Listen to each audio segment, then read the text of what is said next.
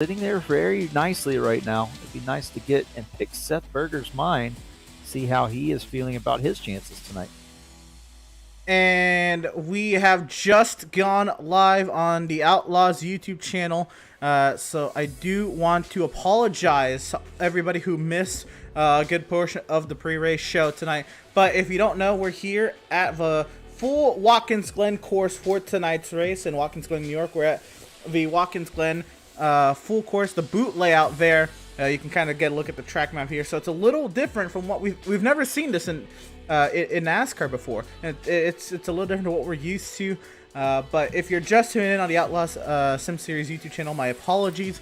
There's some technical difficulties that we're not able to get going right there, and we have since settled that. We are still working on Facebook, so if you know anybody who traditionally watches on Facebook, direct them to the YouTube streams right now. And at that, we are still waiting to get a Seth Berger. He's actually not in this particular. Oh, there he is. All right, so we do got a Seth Berger. Devin, he is headed your way. Hey Seth, how's it going tonight, man? You're sitting in seventh, Seth in seventh at the current time charts here at Watkins Glen with the boot. Walk us through your experience with learning this track and learning the boot in particular. A lot different from what we normally come to Watkins Glen.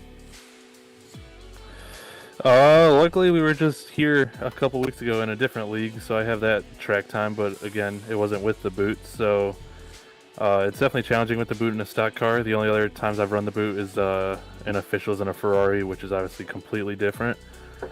But yeah, I got track time a little bit on the boot, so I know what to sort of expect. Yeah, what are you finding most challenging about that boot section so far in this stock car in particular? Probably the elevation changes. You gotta control the tire lockup on this downhill, the first left-hander into it. And then the second, or well, the first right-hander here is pretty deceptive. You could take it a lot faster, but if you drive in like 10 feet too hard, you're going straight. So you gotta be really precise on all these entry points, really. Yeah, I mean, I personally I love the boot setup. In all honesty, and I like that we are coming to the full boot course tonight. You're sitting there in the top, I think it's the top 5 of point standings with 1 win. I know you'd like to be higher than you currently are in the standings. What are you looking forward to the most coming up here, other than Watkins Glen tonight? Just try to have decent runs and not get wrecked out. I've had decent pace in pretty much every week, really. Finished 5th last week, even though it was 2 laps down. It's still a 5th place. I got decent points there. I just need to have clean runs to get these stage points, really. I think I can move my way up. Yeah, we know that there's a lot of speed in that Swift Racing camp. Your teammate there, Max Service, 3 wins on the season. You've got 1. So again, Swift Racing showing out here in the Outlaw Sim Series. When it comes to road course racing, though, we do know that you have a slight issue that you're dealing with. I just wanted to check on you. How are the legs? How are the knees tonight? I just before you came to interview me, I threw on a knee sleeve and a knee brace since this is going to be an extremely long race. So hopefully that's going to help out. Yeah, I hope so. I remember during that other league race, you were having some issues with this track in particular, braking and keeping up the speed in the car just because of the issues that you were having. But we wish you luck tonight. We're going to let you get back to it. Almost time for qualifying, but appreciate you taking your time and chatting with us. All right, thank you. And that was driver of the number 77, Seth Berger, joining us here in the booth for a previous interview. And Seth right now is currently 7th on the charts, as you heard Devin say there. And again, getting ready to get to racing tonight here at Watkins Glen International. Now, the other drivers I want to kind of look at tonight is that, well, the 82 of Adrian Schumacher, he's just kind of popped up to the timing sheet. So, we did talk to the 2SF Fitzpatrick at Bristol Dirt. We haven't talked to Adrian in a second, though. So we will go ahead and bring on Adrian Schumacher, VFR of the Swift Racing Duos, and the driver currently top of the practice charts. Adrian, how are you feeling? This is a little different. Have you ever done this before? Yeah, but in a Formula car. All right. I'm more or less, man. Have you ever raced the stock car around the full course at Watkins, Glen? No, I haven't. This is my first time getting on this track. That is absolutely wild. So right now you were top of the charts. You were cleared by a second right now in practice. Does that? Are you looking at that? I'm sorry. I didn't notice that. My bad. Right now it says a second, at least on my end. How much stock are you going to put in that, or do you think maybe there's some sandbaggers and for qualifying, or what are you feeling?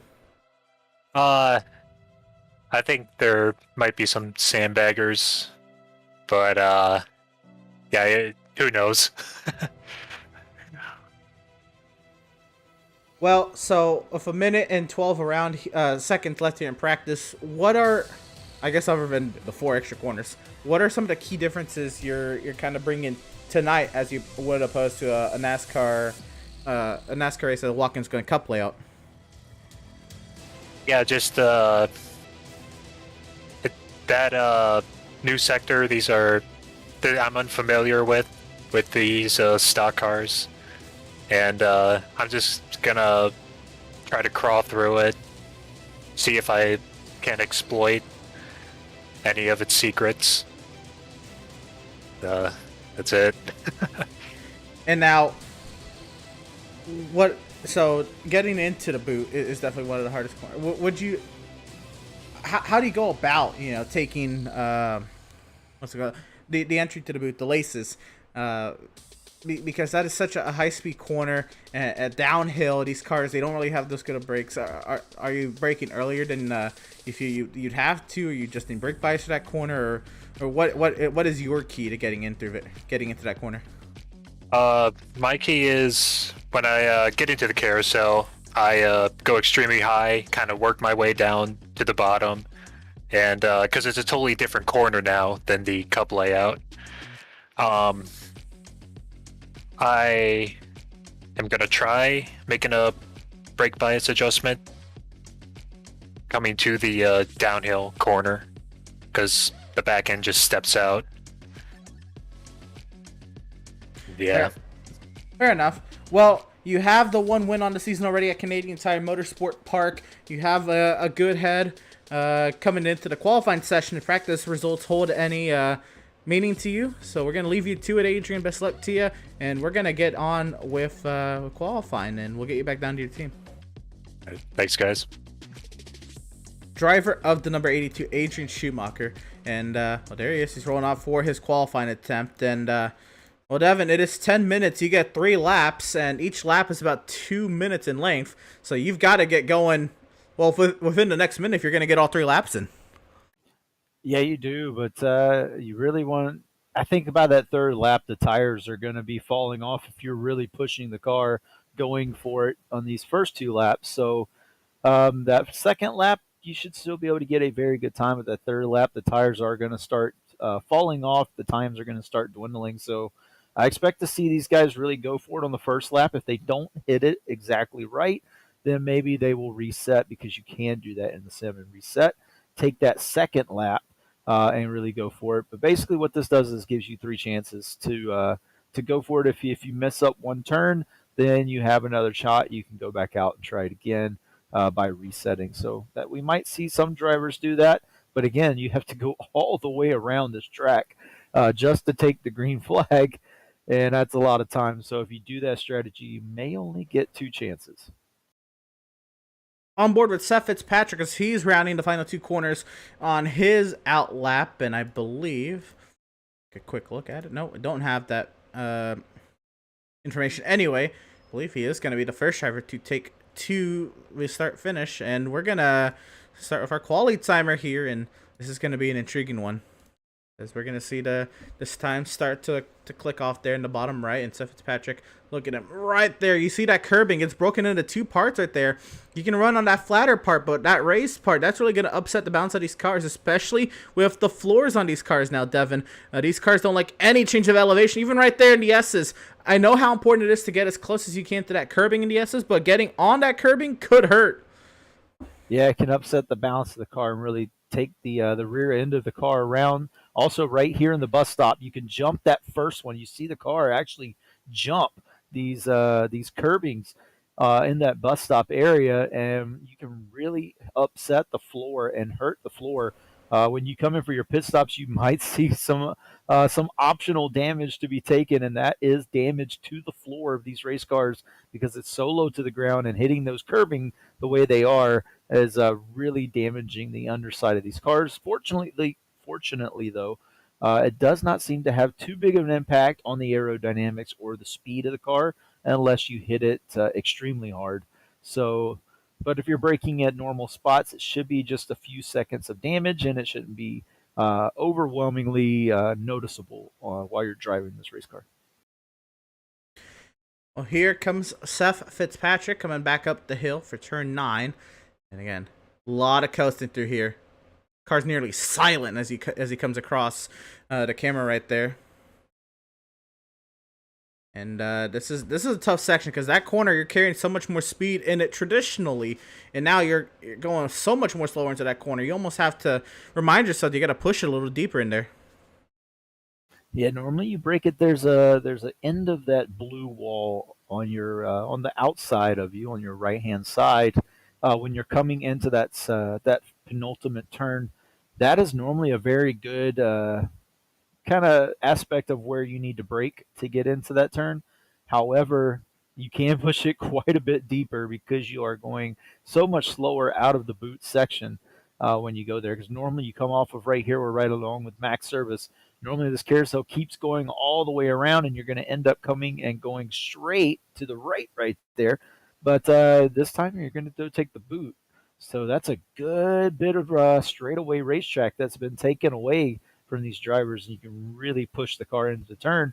And I'm sure if we ride along here with Max, you'll see him push it even further than that outlet in the wall. I'll try to point it out when he gets to it, when he gets back out of this boot section. But again, we get a nice view of the boot section through the toe, headed up to the hill now. Nice little straightaway section, and then a almost 90-degree turn here. You got to be careful on the exit. Don't light up the tires in the rear and spin the car. And the same thing in this corner. You feel like you could pick it up so much quicker, but you can't. You have to wait just a hair longer. Now you're up to speed. There's an outlet in the wall right here, or right back there where you can really brake. But it looks like he's pushing it quite a bit deeper than that outlet. Well, that outlet, that's more or less where you brake on the cup layout. At least Right. that's where you're able to brake, but you gotta really roll it in there. I don't think you even really lift off the throttle, depending on how your setup is. Max Service will put it'll put it fourth quickest for at 81, and he will do the reset strategy. So we'll see if he can make it back around to get a second lap in. And hey, James Gilliard into the barrier. Yeah, luckily he's got to get going now. Yeah, he should be able to get another lap in, or maybe he's gonna just say no. Or that might have been his third reset. Oh no, he doesn't have a single lap in, and he will not get back out onto the track. So that'll be it for James Gilliard. Out. Rockingham race winner Nicholas Shelton. Yeah, we saw that Chrome Eagle 1 car take the victory lane last week, and in dominating fashion, coming in with a lot of momentum this week.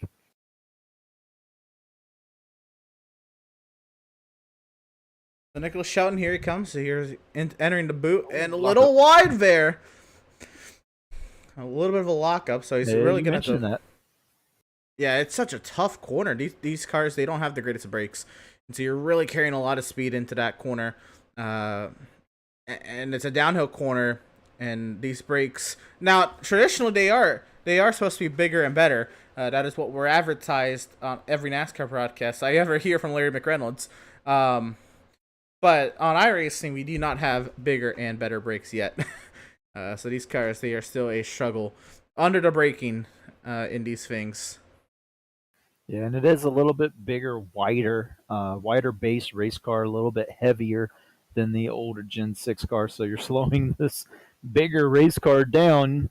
Typically, yeah, you need bigger, better brakes, but yeah, not currently on the iRacing service are the brakes. They're still getting a calibration for how they actually work and how they're actually feeling to the drivers, so that they can implement them correctly and not have to do a lot of hot fixes to the braking and how that's done. So they're making sure they get it right in one go.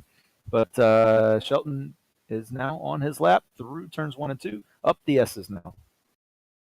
And we'll catch up with Nicholas Shelton in just a moment. How about Robert Giannini? That is the pronunciation. I've been corrected for his name, Robert Giannini, in that Mahindra Tractors number 34 machine. Getting going here on his second timed lap. Yeah, we apologize for the pronunciation in previous broadcasts, but we'll get it right now. But you can see that that number 34 car making its way through the bus stop, headed to the carousel, and he loses the rear. Big hit, too, and that's going to effectively end his time.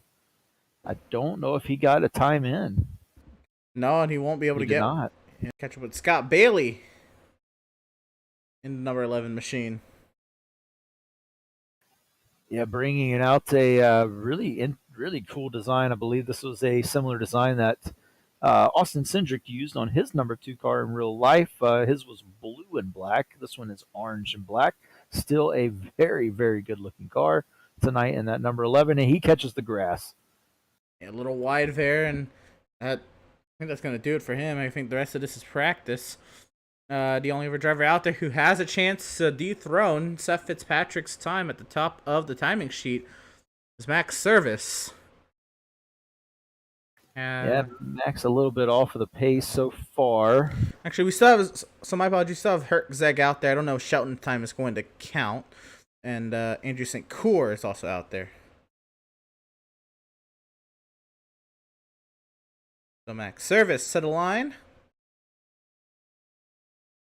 And it'll get him to 5th.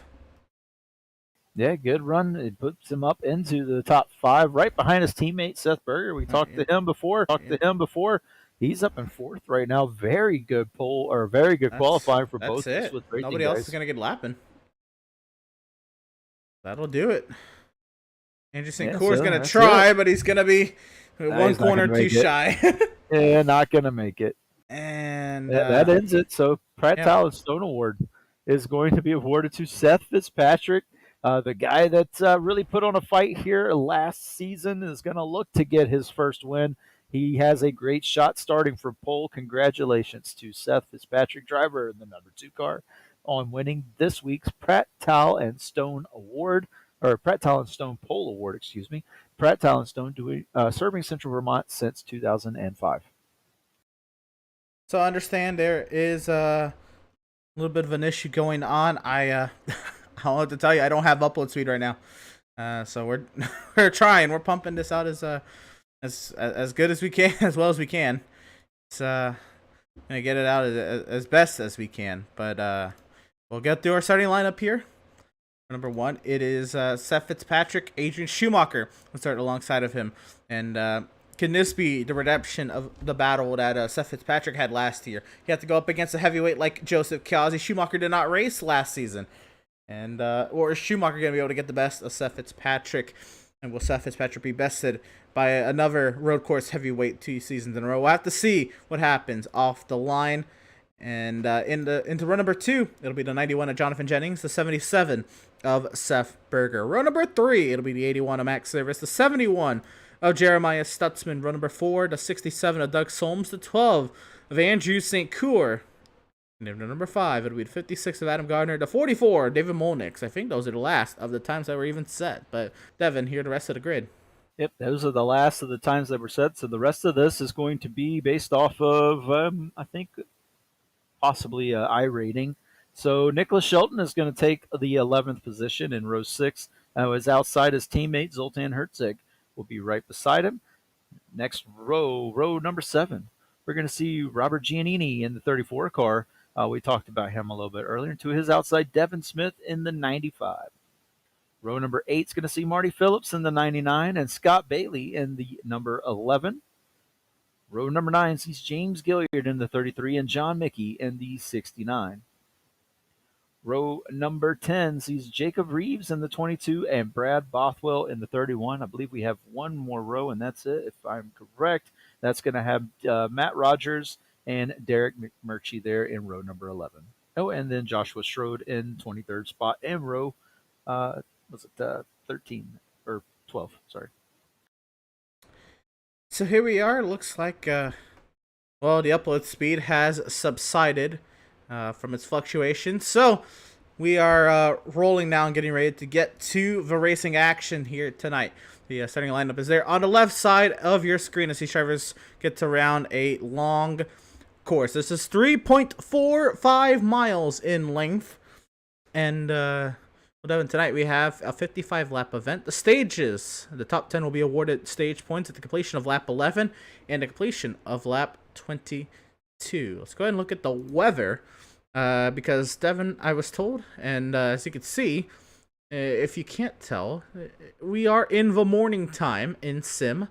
So, track temp is 85 degrees, and that's going to get hotter as the day goes on. The air temp is 78.4 degrees, partially cloudy skies, and the winds fluctuating about 10, now 11 miles an hour out of the northwest. But Devin, a track that starts off cold and gets warmer, it's not what these drivers are normally used to, but how will these drivers have to go about maybe conserving their stuff? Yeah, as the track gets warmer and these old tires, they're going to start getting really hot. You're going to have to monitor that slipping and sliding through the turns. Really take your time getting off of the turns and not overheating the rear tires. That can really upset the balance of the car and have you spin. Again, this boot section, very narrow. You can see it right there as we're coming through the laces section. Very narrow. Any foot wrong through this section here, you can collect a wall very easily. So you have to be very careful. Don't overheat those tires. So that's what these drivers are going to have to worry about. We did have a similar situation last week at Rockingham, starting in the morning, and the track warmed up over the course of the race, and it threw some drivers off. So we'll have to watch that again. It could throw some of these drivers off with the changes that they are going to be making to their, I believe it's going to be a one-stop race, maybe a two-stop race. But that one pit stop, any changes they make, if they get it wrong, that could really derail the race if it is truly a one-stop race. Well, that's another thing, Devin. We talk about one stops. If this was the lap length for the Cup layout, it's a one stop. But I think because we add an extra mile every lap, this has definitely got to be a two-stop race. Certainly. We'll have to see what these field loads allow these drivers to get to, but I'd imagine we're going to have a stop before the end of stage 2, potentially. Yeah, quite possibly we could. It's going to be very interesting to see if there is any conservation that happens, but they are coming around the last turn, Emerson. Here we go. And the field in the hands of the two of Seth Fitzpatrick. We are racing from Watkins, Glen.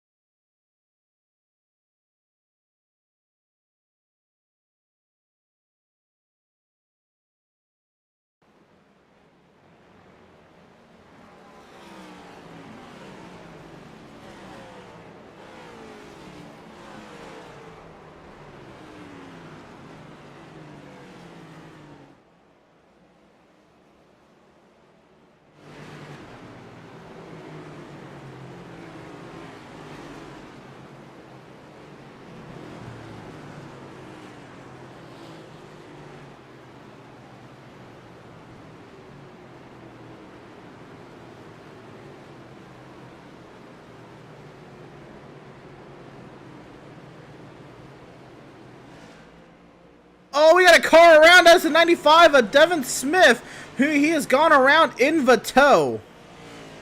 Yeah, and that's a dangerous spot too. Guys going to be coming off there. They're getting around so far. He's got to light it up and get it going back right.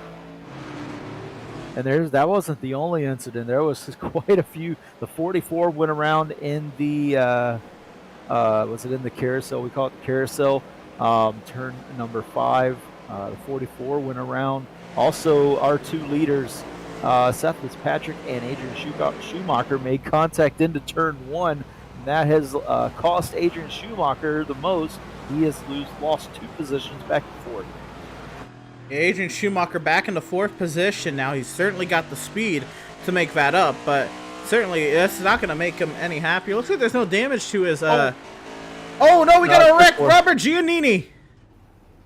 Giannini around in turn 1. That was a battle going on. They were side by side going into the turn. He's got it back going. Nobody else involved, it looks like.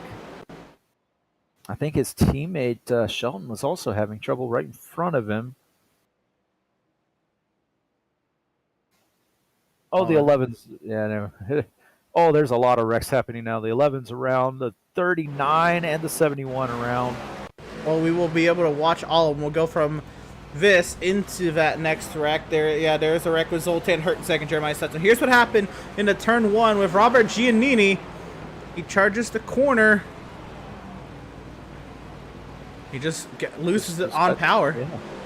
Just lost it trying to stay in front of Max Service and get the pass completed before they get to the S's. We'll follow. So the 11 had his incident, and then there was an incident with Hertzeg and Stutzman.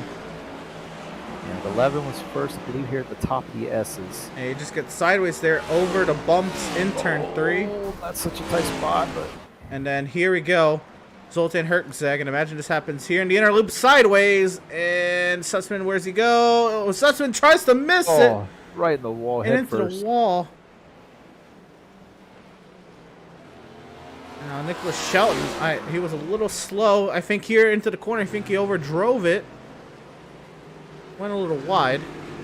He got the spot, and then there was a mistake from Nicholas Shelton here. I don't know if it was into the toe, but there was... Yeah, overshot the turn here. And he kept it going right. Does look like he lit up the tires a little bit on exit. He's probably a little warm. He is now stopped. Nicholas Shelton, I think, is done. I think he lost in the heel. Yep. Right here into the heel. He lights it up. Yep.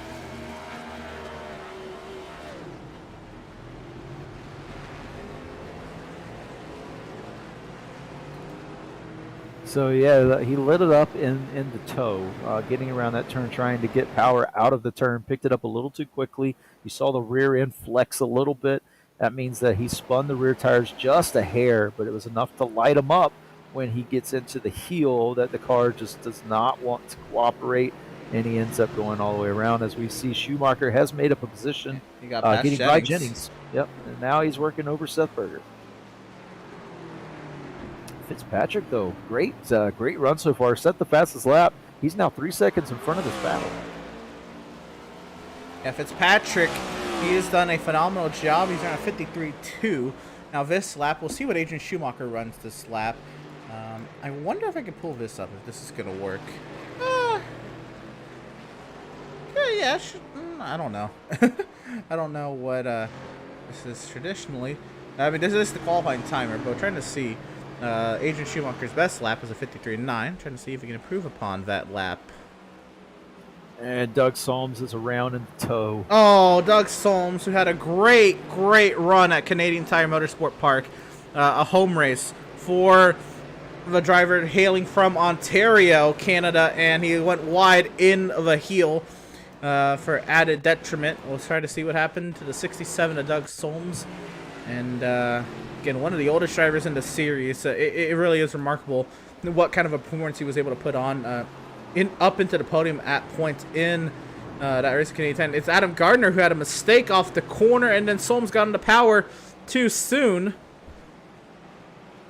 And everybody else was able to get back on. That's great. Sure.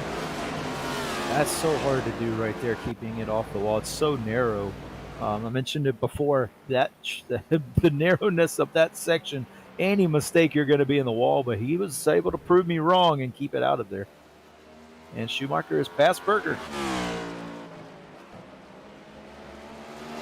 Good eye there. Adrian Schumacher has gotten by Seth Berger, and they are teammates. So that might. Oh, Schumacher's gone wide, and he's into the barrier. And that might end his competitive evening. As far as potentially winning tonight, Doug Holmes has now lost more spots, working his way down the running order. Adrian Schumacher, though, he's still in the 4th position. Try to see how damaged that car is. Yeah, that was a massive lockup, and you mentioned it, that could be a big problem area, turn number 6. And Schumacher proves us right, having a moment there. A lot of damage on the right-hand front of that race car. And, we're trying to see if he's lost quite a bit of speed. He hit it really hard, so I imagine there is something not quite right with the car. Handling could be off just a bit, but in the hands Gardner's of Schumacher, gone around in the heel. Oh no! Yep, and that section again proving very difficult. So we'll try to see what happens to Adrian Schumacher. We'll give it a go here to see if he can chase down the drivers up ahead. He is 6.7 seconds back of race leader Seth Fitzpatrick, and he's losing time there. 6.9 as he goes up the hill, 7 seconds. So I think his bid to win might be over without a full course yellow. But we'll see if he has anything for the 2 ahead of him. Brad Bothwell is coming down to pit lane. This would be the 2nd retiree for B&G Motorsports if he is, in fact, done. There's no damage on the car, though. I'm not sure, but he is stopping. I have seen it before where you come off. He's taking tires and everything. He But might be working this race backwards. He could be. He very well could be. Maybe that's just how close they were. Maybe 5 laps is enough to put you over it on the 2-stop strategy. He's taking damage too, it looks like, I guess. I can't see any damage from this camera angle. We'll see if there was one any later. Now Seth Berger is under attack from Jonathan Jennings. And Berger a little wide through the... Is that the heel? That is the heel. Up the hill now. Looking back through turn 9 at Jonathan Jennings. Yeah, Jennings was able to really catch up to Seth Berger in that boot section.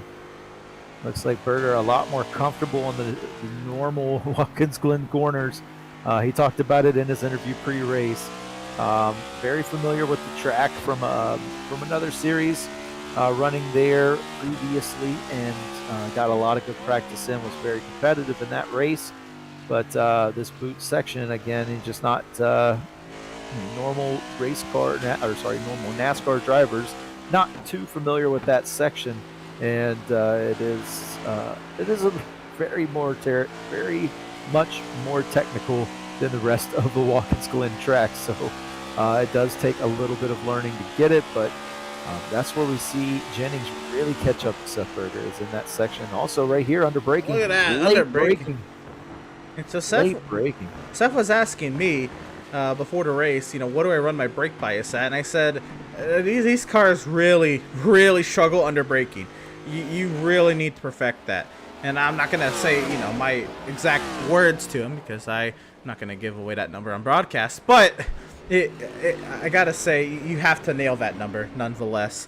And you just saw there, Jennings just was able to, he didn't get by Berger yet, but he really closed the gap under braking. Now, you saw that there clearly was one driver who was more braver on the brakes into the bus stop. And Jennings, he might have a run here into the heel. He looks to the inside. Yep. And he's not going to say he's not close enough. I do want to say, out of the top 4, Seth Berger was the slowest lap time last lap. Fitzpatrick's actually didn't register, so I can't confirm what Fitzpatrick's time was. But Jennings was over half a second faster than Seth. And Schumacher was even 2/10 faster than Seth last time around. This time at the start finish line. Jennings ran a 1:53.7 last lap. Fitzpatrick just ran a 54.1. Berger a 55.2. Jennings a 55.3. And Schumacher a 54.6. Yeah, so not a lot of speed lost out of that 82 machine. He's actually joining in this battle as we see them almost side by side going through the S's. That's a difficult place to pass. Absolutely. Right there. You really want to set up this exit. It does look like Jennings possibly can get it set up. Watch we this see a braking dive zone. here. So he breaks at the first brake marker because you're able to go a little deeper in real life into this corner. And actually, Seth drove through there a lot harder. I feel like Seth maybe understood that there was some time to be gained there. Or maybe he just missed his original braking point last time. Well, anyway, Seth will learn from that. He'll be like, "Oh, I can brake there and make it. Okay, I'm a lot better now." Oh, he's gone a little wide. He's missed the apex of the laces. He's done that quite a few laps now, and that's where Jennings makes up all of his time, is right through this section. Jennings so good through this boot section, really getting down, running the same line through the toe. Very good toe for both drivers. But that 82 right on their bumper now, so Jennings wants to get this move done. He needs to do it quick. Seth continues to just slightly miss these apexes, which is allowing Jennings to stay with and size him up, really. Not able to find a way around just yet. He's doing a great job of making the car as wide as possible. But this is also basically allowing Fitzpatrick to run away as, well, again, Seth was faster last lap, but Adrian is now caught behind this battle, and I wonder how aggressive Adrian will be to try to get around Jennings. Yeah, we'll find out here into turn one of the best passing zones on this track. Turn number one, if you want to get it done, this is a good spot to do it. I don't think anybody's going to send it here. Everybody's a little too far away from each other.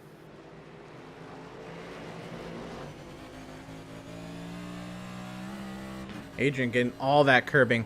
And with this repave here at Watkins Glen, track limits was a point of discussion coming to this venue.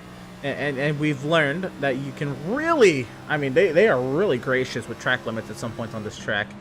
I mean, it is something else. You can go pretty much up to, just not more. You can go 2 tires and over half the car over that white line at some point of the track.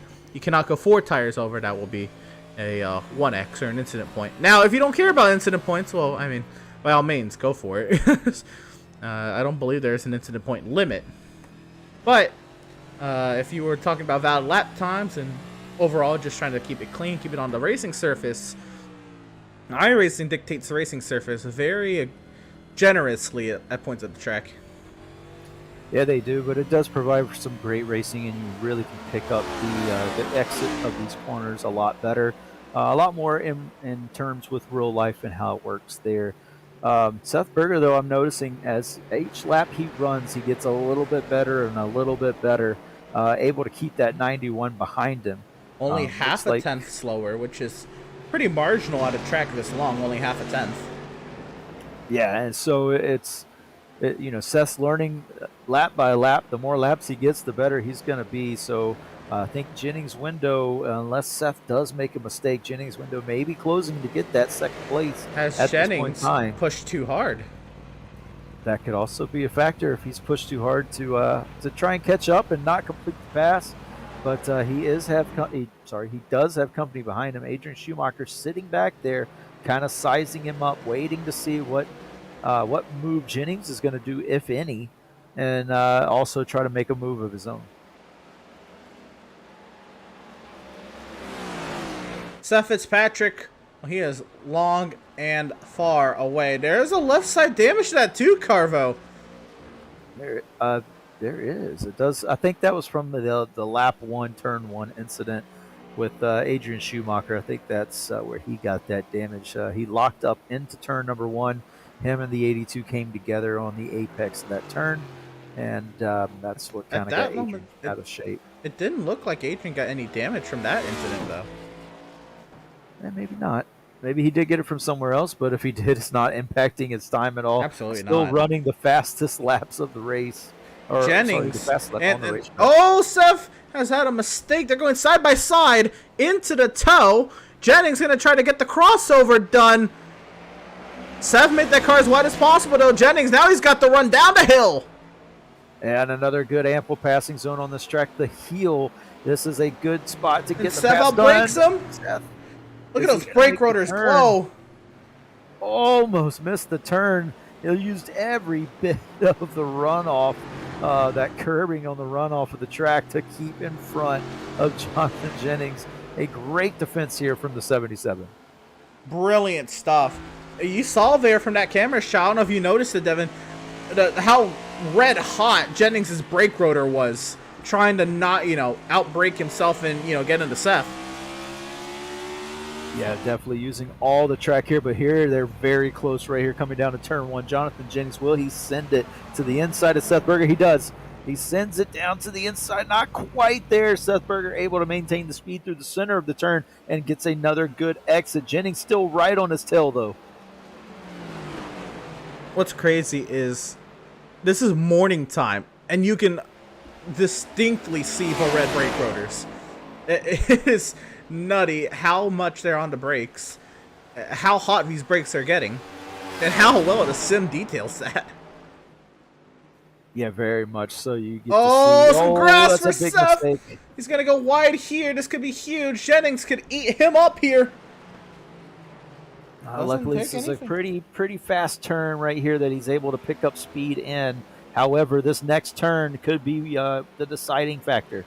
Turn number 6, they come in. Seth runs a little low, gets down to the apex.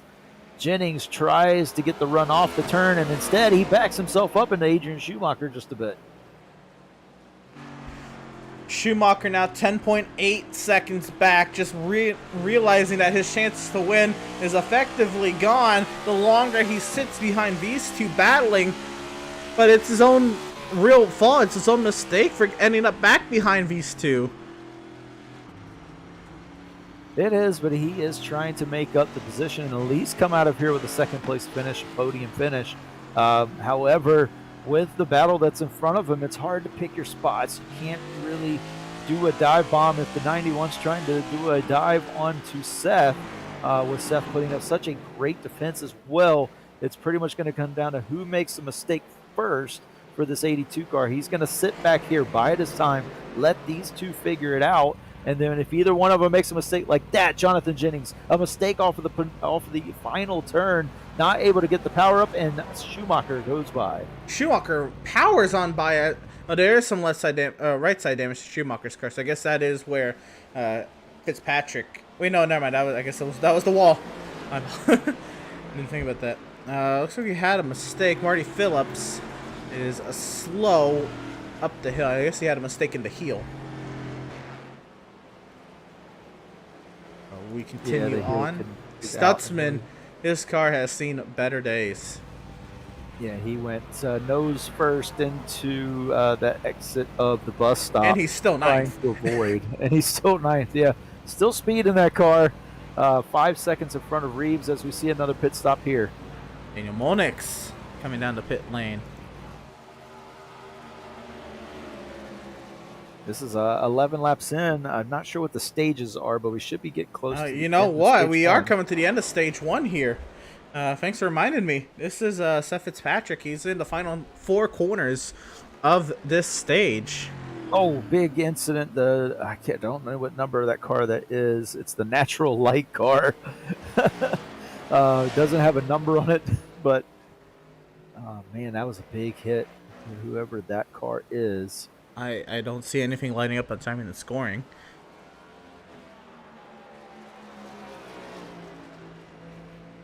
If you can get me that card number.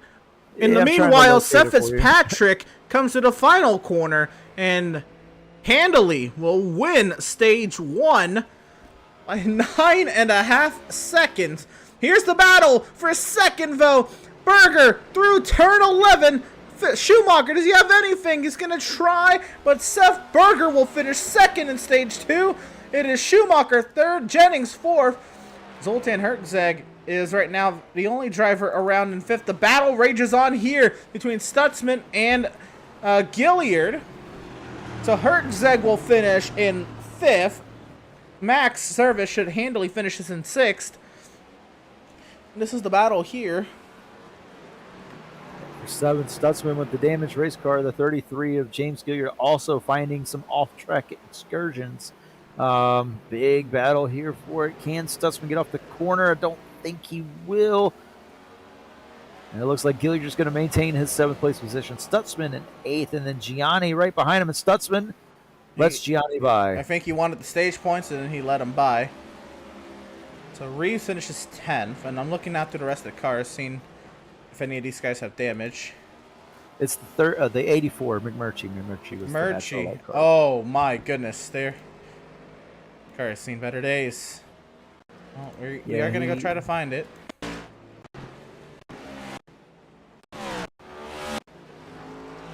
But this is just after it happened, so we are close to getting it queued up for y'all. Yeah, I believe it happened on the next to last lap of the stage. It was at the beginning of the final lap, actually, here in the turn 1. Beginning final, that's it. But here it is. Hit that curb and just upset the balance of the car. Oh, huge hit. Nearly getting into Matt Rogers. Almost got Rogers with him. Good eye there, Devin. Hit. Big hit.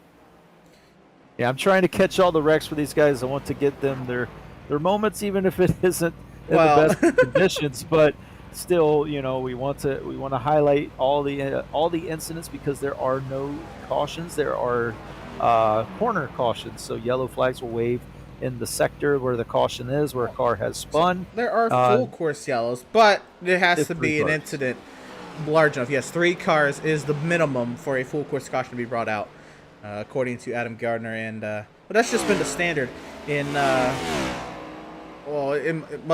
in this kind of bunch of leagues that we had on console. I know that back even on NASCAR 15 we used that rule. We wouldn't bring out cautions at road courses because the pace laps are so long unless there's a multi-car accident of 3 cars or more. I know this league did it back on the consoles as well. It was just a smarter rule.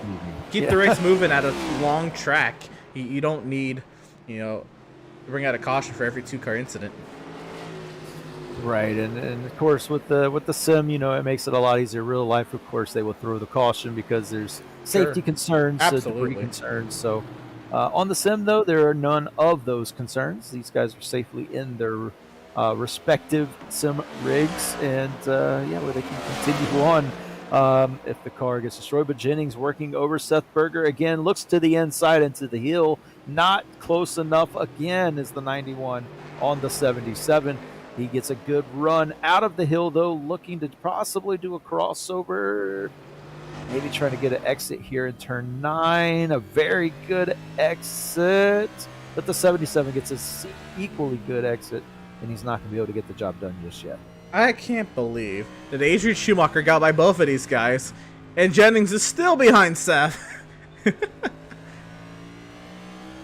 this is something else. Seth has done a brilliant defense to keep Jennings behind him. Schumacher, he's bringing that gap down. Schumacher ran over half a second faster, nearly 7/10 faster than Fitzpatrick last lap. And Schumacher may be just playing the long game here, knowing that he can get the speed out of this car still, even with the damage that it has. And he's half a second faster than our leader, Seth Fitzpatrick.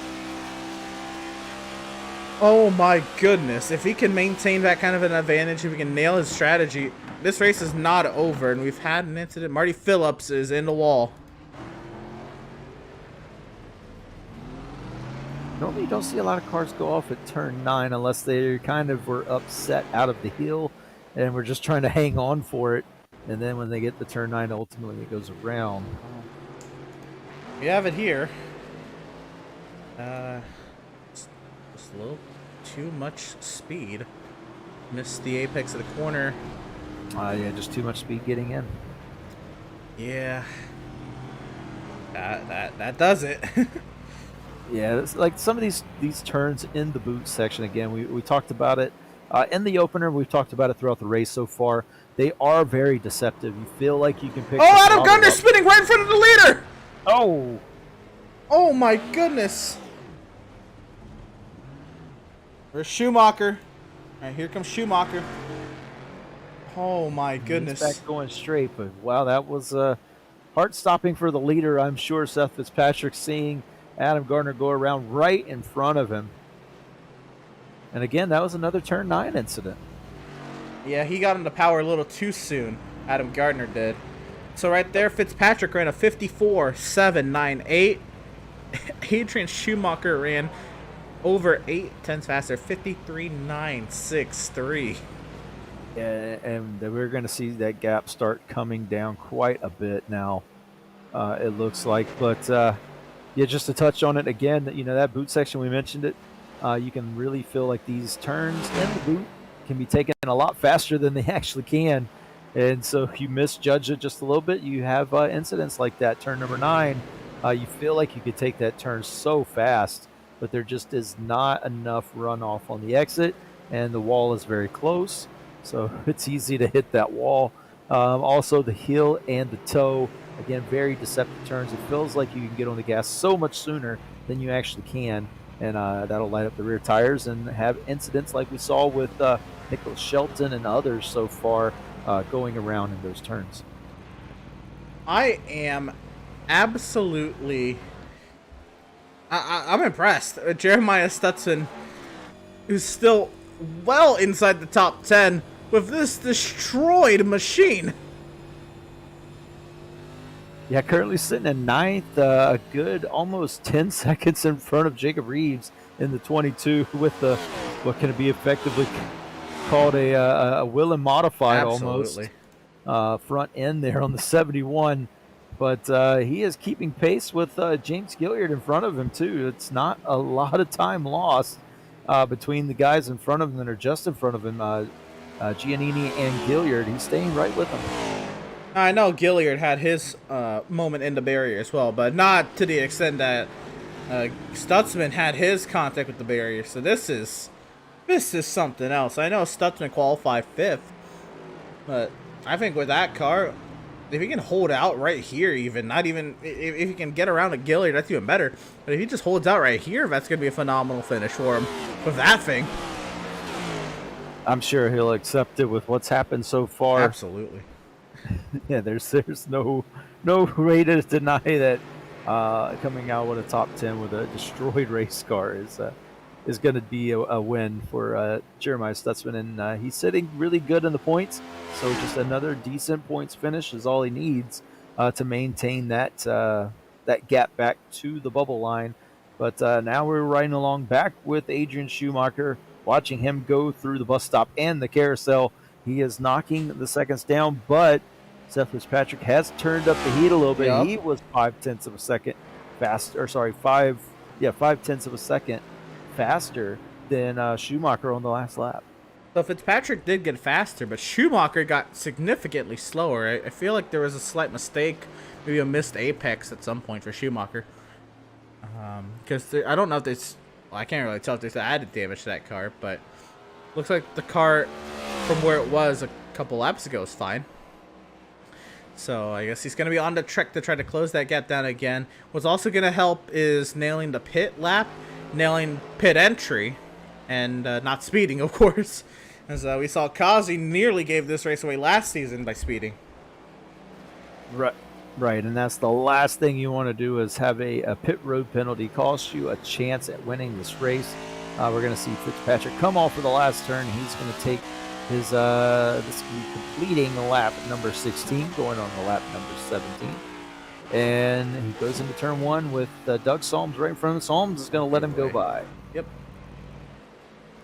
Doug Solms, man, I mean, I know not every race is gonna be, one that goes your way, but I really was hoping Solms was gonna get himself a good run tonight after what we saw Canadian Tire and him getting faster just week after week, and unfortunately just got into some trouble early. Yeah, and it looks like he's not been able to recover from that. It looks like a lot of right-hand side damage, similar to that of Schumacher almost, but maybe just a little bit more. It does look like that wheel, that right front wheel, is just a bit out of alignment, so that could really be throwing off the handling of that 67. Here we got a battle. This is Scott Bailey on Jacob Reeves. This will be for the 11th position. John Mickey just in front of these two in the 10th position. So effectively, this is going to be to get into the top 10. And Jacob Reeves lets him go by, it looks like, or at least missed up the turn. Mickey's on the pit lane. Yeah, Mickey in to take his stop.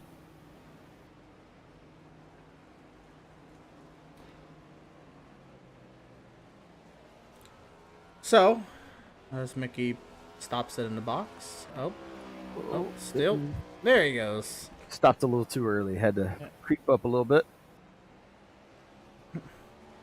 Drivers out of the race: Devin Smith, Nicholas Shelton, Brad Bothwell, Marty Phillips.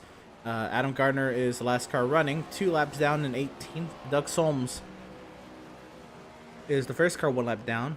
The only car 1 lap down in 17th. And now John Mickey, is now the other car 1 lap down as Fitzpatrick just passed.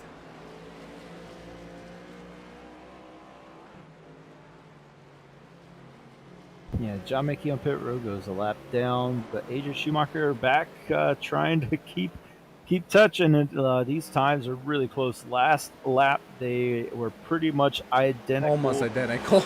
Almost identical between the two leaders. So Fitzpatrick has seen that gap close and knows he needs to pick it back up. Was kind of taking it easy there, possibly for a little bit. Solms just give Adrian the preferred line into the corner. Gonna be tough. Adrian just so tidy through the bus stop. It's so difficult to be that perfect every lap in the bus stop. And I mean that was a beautiful line through there. He used every bit of the curb, didn't clip any grass. He's just on it. Yeah, and it looks like the only thing that caught him out Max was this Service turn. is on pit lane. Okay, so 55 divided by 3, it's gonna be 18 and some change. So this is a Max Service confirming he's on a 2-stop strategy. And I think that's going to be the way to go with how the tires are going to fall off, how the track's going to change. You can get a couple of adjustments in this way, really make the car the way you want it and make it better. Knowing what you have and knowing that the temperature is rising up. Speaking of, it has risen up already 6 degrees from when we started this race. Only 18 laps in, so yeah, 91 degrees on the track. The wind stayed about the same, about 11 to 10 miles an hour. But yeah, the air temperature slowly rising up, the track temperature slowly rising up, and that's only going to make this track more treacherous, especially through that boot section. You do not want to light up the rear tires. Fitzpatrick a 55.6, Schumacher a 54.9. So chopping away again is Schumacher, maintaining consistency. He's been in those 54s for quite a while. Fitzpatrick a little bit off again on that lap, but still maintaining almost a 7-second lead. It's still coming down, but this is another close battle on the track here again. Stutzman, Gilliard, and Giannini in 6th, 7th, and 8th place, trying to fight. Giannini got by both of these guys earlier, and now these two are fighting back, trying to stay with the 34 and possibly get by him if they can here, but they're going to be taking pit stops before long, I do believe. And it's so here comes Giannini. I was gonna say it's so hard to tell when they're pitting and when they're not through that final corner, because that pit entry line, that is also the racing line through that corner. It is right through the apex area there, but it's and also the pickup point to kind of get onto pit road as fast as you can, and also to get down the straightaway. That pickup point is very similar as well, just you can't stay on it as much, but very hard to tell who's pitting, who's not. These drivers who are close together like that, possibly calling out to each other through the in-game chat, letting each other know they are pitting. so they can stay out of each other's way and not cause an incident into that last corner.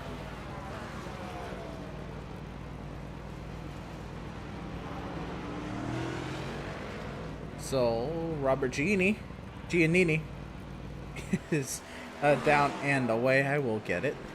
That's the last lap. Fitzpatrick ran faster, and this lap as well, Fitzpatrick ran faster than Schumacher. So it might be time for Schumacher to come and get freshies if he's going to continue his march. Yeah, possibly can try and do an undercut, take off a couple of seconds on the undercut, and hopefully he can hang on to the tires throughout the next run. But yeah, I mean, are these guys trying to stretch it as long as they can? They're going to be very close if they can go another 7 or 8 they gotta laps. get to 27, 28 to be in the realm of making a one stop. I'm just not sure that's possible with the boot addition. If it was just the normal Watkins Glen track, I would say that is possible. But tonight, I'm not sure if it's going to be with boot section, that extra mile added on. Another driver who has made the decision to come in early. He was running 5th. So he comes out behind Gilliard and Stutzman, who have yet to pit. And the gap I guess we should be looking at is how far... Oh my goodness. Herzeg is way ahead of Max Service. Those are the drivers closest to battling for position. Not the closest, but those are drivers 5th and 6th before pit stops. Herzeg and Service. And Herzeg easily clearing Jeremiah Stutzman there. Now he has his sights set on James Gilliard just down the road. Through the bus stop they go, and those brand new fresh tires really helping him get off the turns a lot better than the old tires. Again, once you get these tires lit up, you have to be so careful on exit not to light them up even more. It's very easy to spin the car when these tires are worn out. So carefulness is key as we are checking in on the leaders. The 2 car we checked in there, he's going through the S's. Schumacher now entering the S's down at the bottom of the hill, working his way up to the top of the hill, and slowly but surely knocking off more time. Almost an entire second faster last lap was Adrian Schumacher. So maybe he lit up the tires a little bit, had to cool them off a couple laps, and he's back on it again. They're a little temperature game, or they're getting ready to see a pit stop, and he might be pushing really hard to get the most out of his tires. Yeah, this could be a couple of push laps at the end of his run, trying to get as much out of that race car as he can before he brings it in for new fresh rubber. Or he hit his, if they're going fuel strategy, maybe he hit his fuel number, and now he can really push here and try and knock off some time. It's going to be interesting to see. Fast for position, Molnix and Gianni go by Matt Rogers. Rogers hasn't pitted. Molnix and Gianni they have, and this is a battle for position. Yeah, this is lock up there from the 44 car just in front of Giannini. Also a lock up from the 96. But yeah, Giannini working over the rear end of the 44 of Molnix, trying to get by. Lap. Fitzpatrick's about to lap these guys. He has not pitted, in fairness. But lock up again from the 96 in the last corner. For this lap, Seth Fitzpatrick will run a 154.783. Adrian Schumacher will come across the line, and he's slower. 155.060. The lap time for V82 car. Yeah, so 1 lap Schumacher's faster, 1 lap Fitzpatrick's faster. It'd be amazing to see if these guys are actually battling each other on the track, what they could do. We were kind of deprived of that because of the incident that Schumacher had at the beginning of the race. However, he is catching so slowly, or very slowly. He may be able to make up that time before the end of the race. However, these pit stops are going to be key. Absolutely. It all depends on how well he makes his pit stop cycle. If something happened, Fitzpatrick had to work by to lap the car. Matt Rogers, well, he was on the lead lap, and so Oh, Rogers. Adrian got a lot of time. Yeah, Rogers made. He locked up the tires again. He's locking up in every turn, it seems like. But through the bus stop, he locked up, stayed to the inside through the carousel turn, made Seth Fitzpatrick have to go around the outside, and that really set Fitzpatrick's car offline. He had to readjust and lost about a second in all of that readjustment. But Matt Rogers really struggling with the brake bias of the car. You see he's really slow here, and Seth Fitzpatrick had to slow way down to avoid hitting him, and then Rogers stays to the inside and makes Fitzpatrick have to readjust to go around the outside. Wow. Big moment in the race. What could have been. Good thing Fitzpatrick kept a clear head on his shoulders. Understood he had a large margin. He just backed off, worked his way back around the 96. And as the leader, sometimes things like that can frustrate you, but with the lead he has, you do have to keep your head down, keep your head in the game. You are still running very fast lap times. That lap time, however, was impacted by that one. But we won't count that one. But it's still, you got to keep your head down here. You are still 5 seconds up the road. Plenty of gap still as you're trying to complete this race. They're on lap 23 now. I imagine they have to be trying to get this fuel strategy to work. I guess that is the play. I'm starting to see here. I just don't know. I don't know. I haven't seen the top 4 pit. Also, James Gilliard, Jeremiah Stutzman, Scott Bailey, and Jacob Reeves also all staying out. They are still on track, have not come down pit road yet. Matt Rogers and Derek Murchie also have yet to pit. Didn't even mention, but Seth Fitzpatrick did win Stage 2 via completion of lap 22. Adrian Schumacher, Seth Berger, Jonathan Jennings. So that's all happened. Maybe now. Oh, maybe that was the. Maybe that's what happened here. Gil might get stage points, then come in. Sure. So Fitzpatrick wins the stage. Schumacher, Seth Berger, Jonathan Jennings, Zoltan Herczeg, Gilliard over Stutzman, Bailey, Reeves, and did Service get there in time? Actually, yeah, Service was ahead of Giannini. Service almost got to Jacob Reeves, but did not. Until now. Fitzpatrick, well, he stays out. Is this Adrian Schumacher coming in? No, it's not. All right, now it's got to be. Now it has to be. Absolutely. Now it has to be. Okay, I'm trying for this fuel strategy now. Only 3 laps to possibly get it done. 3 to 4 laps to possibly get this thing done and make it all the way on one stop. If they make it to 27, that is going to be you're going to have to run 28 in the second stint. You're going to have to run a lap longer and save a lot more in that second stint. Yeah, imagine you want to do the 28 lap stint on this first one to make sure that you definitely can make it on the next stint. So we'll have to see. I mean, it's going to be so close now at this point. You almost have made your bed that you're going to be trying for it. However, the gap is big. 23 seconds back to Seth Berger in the 77. So there is a big gap. Pit road, coming down pit road here. We always talk about that, especially in racing like F1. They talk about how the pit cycle is about 20 to 22 seconds. In the NextGen cars here, the NASCARs, that pit cycle is about 45 seconds.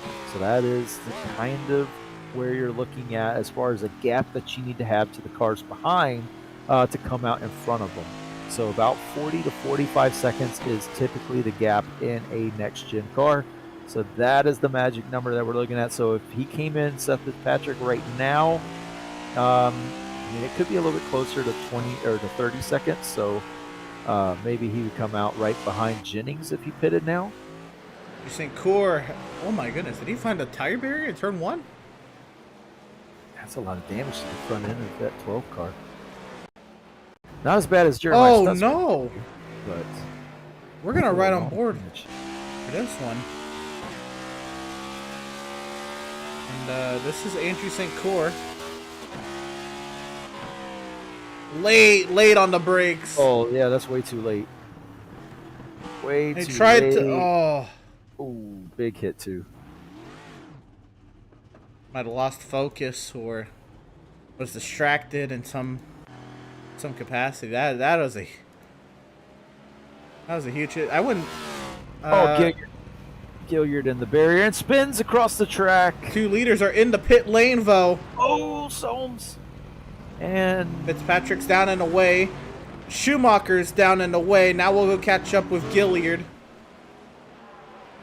Seth Berger is your race leader. Now, look at the lap that they just pitted. That was lap 25. They're not going to be able to make it. No, they're not going to make it. So they're going to have to come in for a splash. Here's the replay, what Devin was talking about, of Gilliard and Stutzman. This is into the laces. A little too much speed for Gilliard. That's what we saw Adrian Schumacher do, but a bigger hit. And spins back across. Hold the brake, hold the brake. Okay. Yeah, I think he had time to. Yeah, he definitely had time. He had time. That. Okay. He did have time to get that move done. It just on the angle that I saw it, it seemed like Soames was coming a lot faster than he actually was. So.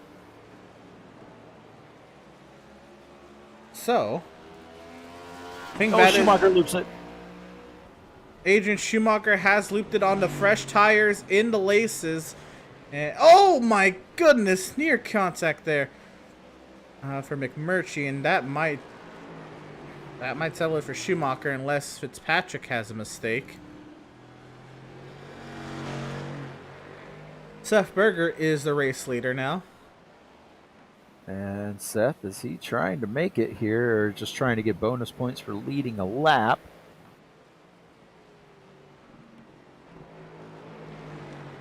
He's coming in here. He's coming in here, yeah. Is Jennings going to try? We'll see what Jennings does. Off the final corner, Jennings stays out. And who's going to get to the line first? Well, Jennings will get the lap. So I'm not sure. I think Seth was trying to stay out to possibly get the lap lead. And Jennings takes the lap lead away from him. Yeah, don't even think he got it. Yeah, you're right. Now Adrian Schumacher. Oh, no. Still on the track, and Schumacher might be done. That was a big hit, too. Let's try to see if we can go back and see what happened for Adrian Schumacher. Go back a little ways. Oh, he had another spin. So, a lot going on here. This is Adrian Schumacher. Cold tires. Went through the inner loop. Now the carousel, or the outer loop as they call it. And Adam Gardner. Gardner gives way. This turn right here, the laces turn, has gotten him so many times. A little too much speed. Just loops it. I think that was the first incident. Yep, that was the first incident there. Yeah, we didn't see the full incident there. So the second incident, that happens either in the heel or in turn 10. We'll get to see that. So yeah, he's lit up the tires. They're extremely hot right now after spinning out. And definitely frustrated. He had what was a 5-second deficit to Seth Fitzpatrick is now a 20-second deficit. I mean, this happens in turn 10.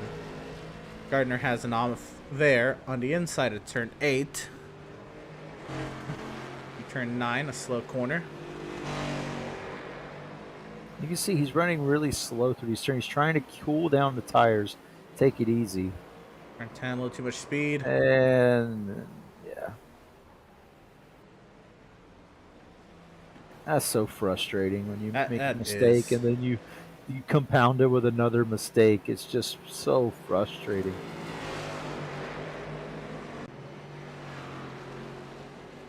And he just got fresh tires too, so and he's gonna have to run the entire stint on those tires pretty much. Or he might try to come in early here. Jennings is in. So that is lap 27. Will Jennings be able to do it? Will he have enough gap? Because if he's going to save fuel, he's also got to stay ahead of Fitzpatrick. Or his goal might not be to win, it might just be podium. And Jeremiah Stutzman is the only car left. Or sorry, there's 2 cars left who have not pit. Derek McMurtry and Jeremiah Stutzman. Jeremiah Stutzman has yet to pit. He is coming to complete lap 27 now, still on the racetrack. This is lap 28, Emerson. I think that the 71 can make it. Oh, the 91's around. This is lap 27. Jonathan Jennings is around top of the hill. That is late on the straightaway for Jennings. Late spin. Let's see. I think he kept it off the wall. Yep, cold tire. I mean, he's just coming off the pit lane right here. He gets around the 56 of Adam Gardner, and here's Jennings. Cold tires right away. And flipped the curb at all. No, nope. The curb, just looped it. It's not warm yet. Oh, slide. Keep it off the wall. Wow. Great save. Seth Berger has had a moment. Berger's around. We'll see this. We'll keep it on this replay. Yeah, Seth Berger in the heel. So here it comes through the laces. Down to the toe. Seth Berger's fallen back to the clutches of Zoltan Herkzeg. Yeah,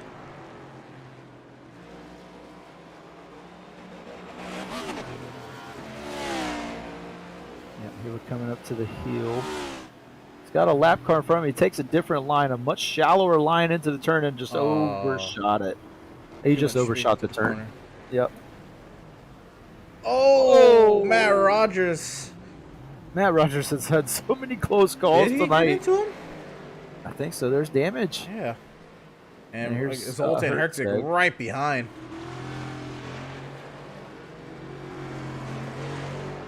Jeremiah Stutzman, he has stayed out again. Nope, he's in. He's in now. Yeah, I think he's in. So this is the fuel strat call for Jeremiah Stutzman. I don't think that it's going to allow him to possibly win this race on this fuel strategy call. No, this is just to gain whatever spots he can at this point. What has been a tough day for him. Yeah, but just to make it this far, very, very good fuel strategy call. But this is a driver that we see these off the wall fuel strategy calls perfected to. Jeremiah Stutzman, the master of this, where he stays out so much longer and saves so much more fuel than other drivers. You know what? With how long the lap is, even though how far he was behind the leader was a significant distance, he still stays on the lead lap. So that plays to his hand a lot. The last car on the lead lap. Now everybody on the lead lap has come down pit lane. Derek McMurtry has yet to pit. According to timing and scoring. 96 again locking up through turn number 9. You see the the tire smoke coming off of that 96 car right in front of McMurtry there. So, Seth Fitzpatrick is the race leader. 19.6 seconds out in front of Adrian Schumacher. And it's a lofty goal. If Adrian's going to close that gap, he's going to need some external help in that regard. Yeah, he put in a very fast lap, almost a second faster than Seth Fitzpatrick on the last lap, but he's going to have to run that every single lap to the end to have a chance. Yeah. He's going to run a second faster than Fitzpatrick every lap. And you can see he's throwing the car into the corners still. It's plausible, but it's gonna be tough. Yeah, he's gonna have to be pretty much absolutely perfect from here on out as we ride along with the 34 car working over Max Service in the 81. And Giannini has one lap fresher tires than Max Service. And slowly but surely, Giannini has kind of made his way through the field after starting a little bit further back, having run into issues during qualifying. just picking drivers off one at a time, slowly making his way up. This is going to be for the 6th place if he can get this position done.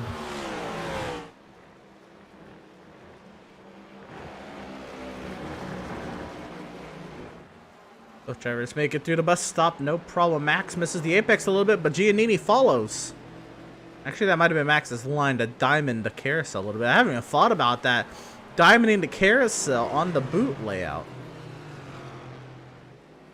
Yeah, it might be some leftover of Rockingham? Yeah, how I run Rockingham, how we normally run the carousel here at Watkins Glen. Just that too, yeah. Just comfort level of how to run that turn. It might be worth something. If I ran more laps, I only ran like 5 or 6 laps around here just to get a lap time and a feel for the track. I ran some laps here. That might have been something.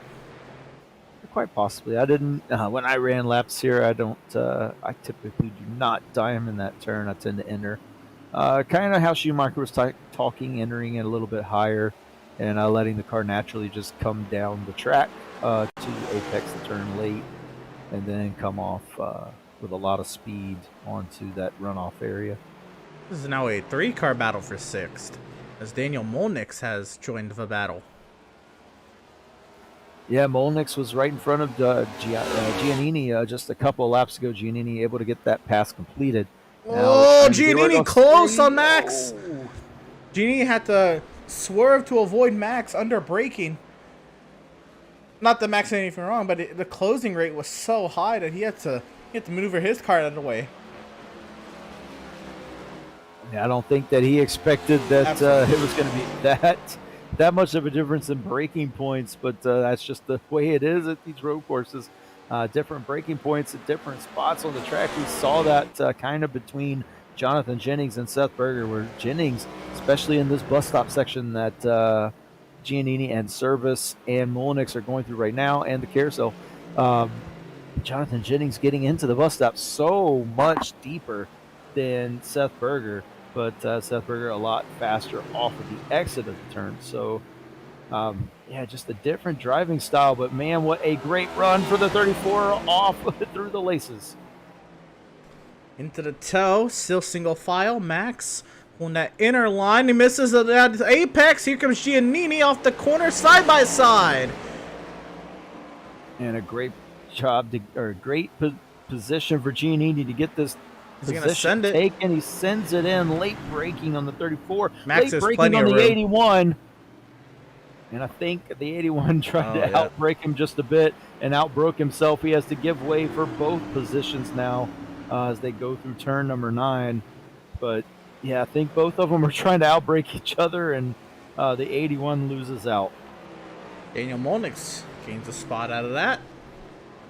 Molnix now looks to size up Giannini. And Daniel Molnix want to check in on his tire life. His tires are old. 19 yeah, he was one of the first drivers to come in the pit. He is, according to time and scoring, he is the first driver to come in the pit. 10 laps before anyone else. This is true. I'm sorry. 7 laps before anyone else. Yeah, so he'll be one of the first ones to come down pit road again to get fresh tires to the end of the race. 20 laps to go, 25 laps to go now. That actually should be, that point should be coming quickly for Molnix. With that being said, the second round of pit stops for Joes, who are making a 2-stop race, is going to start soon. So we're going to take a quick moment and go side by side here from Watkins Glen International. Don't you go anywhere.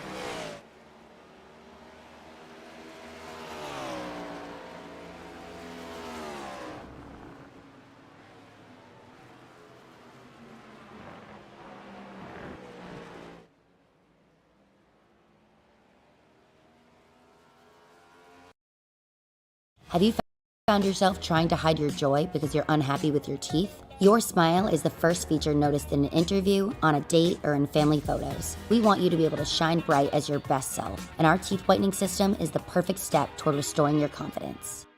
Sound Art introduces an entirely new way to listen to music in your home. By combining the best of 2 products, a revolutionary high-fidelity, low-profile Bluetooth wireless speaker with beautiful artwork. Select from a library of artwork or upload your own photos to personalize your experience. Sound Art ushers in an era of invisible, beautiful, and amazing sound throughout your home and redefines your entire entertainment system. The need to reclaim your floor space and rid your home of unsightly speaker boxes that need to be bolted to the wall is now a thing of the past. Our canvas is printed on high-quality permalite by Breathing Color. And select from our gallery or upload your own. Standard sizes include 16 by 20 and 18 by 24 canvas wrapped. Custom sizing is available, as well as surround sound options.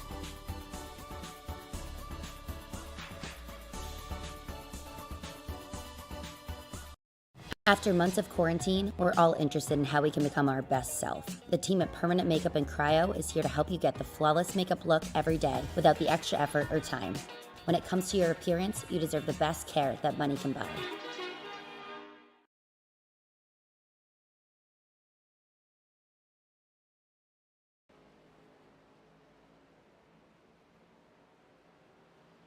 Welcome, race fans, back to the virtual Watkins, Glen, New York. We are now into the second half, of today's race. It is Seth Fitzpatrick of a 19.8 second advantage over Adrian Schumacher. Just came across your screen right there. We are getting ready for our second round of pit stops for those who chose to make a two-stop strategy in this race. Seth Fitzpatrick. He is put on a clinic tonight. And almost, I mean, nah, don't get me wrong, he's definitely got the pace to do so. But the gap he has is almost little because of himself. Well, himself for keeping it clean, but it's Schumacher been making several mistakes. Yeah, Schumacher's running into some trouble on fresh tires. It seems like lap 2 gets into the laces turn a little too hot, turn number 6, and hits the wall. And then again, on fresh rubber, he does the exact same thing in the exact same turn. And Monix is around. Same thing. Monix just came in and got fresh tires, on fresh tires, new rubber. Yep. He loses it. And he was one of those on the lead lap. He now falls one down. And he had just completed his final pit stop. Big bobble through the inner loop. I think that was more of hitting that curb than it was fresh tires. Sure, yeah. But you know what? Pitting, this happens a lot, and it's hard to even counter. But when you're into a rhythm at one of these tracks, or any track for that matter, and you pit, it breaks that rhythm. Just you don't pit every lap. And it's difficult, and some people have figured out how to counter that. It's tough. I don't know if I really have a counter to that. I just try to get back into the room as quickly as I can after that stop. It is tough to stay locked in, even though you're only stopped for 15 seconds. It's a change from focused in the entire time. Yeah, being super focused on your laps and hitting all your marks correctly, you get in that rhythm. That's kind of how drivers get there. Focusing on their marks, focusing on the lap, focusing on the turns, next turn coming up. It kind of helps you get there. Then once you take that pit stop, that 15 seconds to breathe and kind of relax for a second to get yourself back in that mentally strong state of focus is sometimes tough, and can catch some guys out just a bit. And then also you're readjusting to brand new tires and more fuel in the car. The car's feeling a lot different than it felt the last 10 laps or so. So it takes an adjustment, and sometimes catches drivers out. So we're watching Seth Fitzpatrick, and he's not one of the drivers who's going to be pitting anytime soon. But he is not, at his current pace anyway, gonna make it on fuel. So the question is, is he just gonna be a splash and go at the end? is it going to be enough fuel where can you consider tires? And that, at a road course, is 2 tires even a call? I think you have to take 4 tires if you take any tires. He's got a gap to take tires too if he wants to be safe, but we've also seen mistakes on cold tires. Yeah, and it's going to be really close to the end of the race. So, do you chance to get new tires? Do you chance to get fuel or a lot of fuel, or are you just going to take the fuel that you need? Very difficult decisions to be made here for the 2-car. I mean, it does look like when he does pit, he would fall behind the 82 of Adrian Schumacher, but again, Adrian has to pit as well. And then everyone behind him is further back, so he will come out in front of Seth Berger if he were to pit now. So yeah, it's an interesting strategy call. Do you make that call? When do you make that call? And what do you do on that call? I guarantee you that Schumacher's going to be saying, I'm probably only going to take fuel only. With the issues he's had on fresh tires, he's probably going to try and go as long as he can here and then take a splash at the end just to get him across the line. So, yeah, it's with Seth Patrick now in your court. What do you do? And he has never won an Outlaws Sim Series race before. How important can a decision like that, mean? And I know he's got a 19-second gap, but he's got to be thinking to himself, depending on how much fuel he has to take. If he comes in and it's only like 3 laps, 4 laps, so be it. But if he's got to take like 6, 7 laps worth of fuel, I mean, do you take tires? Yeah, at that point, I mean, you are in the section to possibly take 2 tires, take about a half a tank to get you to the end. But is it worth it? It's going to throw the balance off big time. And it is. Is your setup going to be capable of taking 2 tires?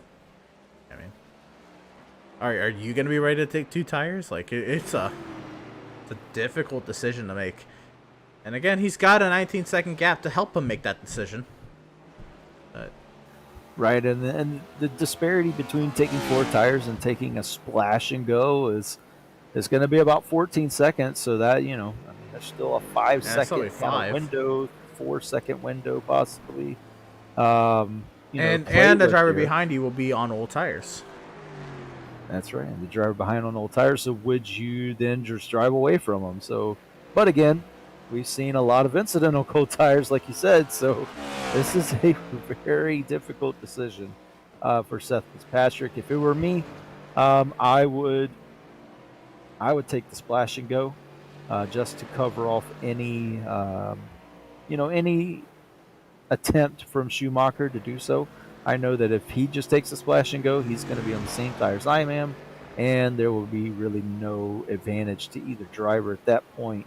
I have enough gap between myself and third place, so splash and go seems like the logical choice in my head to just come in, take the splash, come back out, and go to the end, stay as long as you can right now, and take as little fuel as you can when you come in.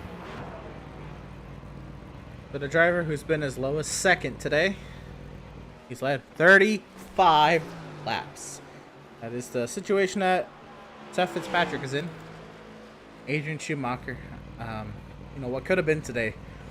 I didn't think, we'd get to this point of a road course race where Adrian Schumacher's been as low as 4th, and he would have 0 laps led. That's just not what I expected. Now, this is for those who think, Adrian Schumacher is the almighty on road courses and, he never makes mistakes. Now, he did have the one, but he was battling hard with Joseph Cosby when it happened at Montreal Season 1, so I guess you can lead that. Season 2, he didn't compete any road course races. He wasn't here last season. But, for what it's worth, Schumacher hasn't shown many that he can make mistakes on road courses. Tonight, he's made several. And it's all been in this turn right here. The Laces turn number 6. And it seems to be with getting into this turn a little too hot. coming down that hill, locking the brakes up possibly, and the rear end of the car just letting go. It's happened twice, and then he also lost it in turn 10 after heating up the tires spinning in turn number 6. So I think that had more to do with it than anything. But yeah, that turn 6 has caught him out twice tonight, and both of those times have been very detrimental to the 82 car. Seth Berger, he's had a very, very quiet race today. He's kept it inside the top 5 all day as well. He did have the one spin that just brought him back here to Zoltan Herczeg. Without that spin, he might have a chance at Adrian Schumacher, especially the way it's been. If Schumacher made one more mistake, Seth Berger could be looking at second place. But this margin, he is 43, nearly 44 seconds back of race leader Seth Fitzpatrick. Seth Berger is at the point that he's just running around. Just pretty much keeping the car on the track.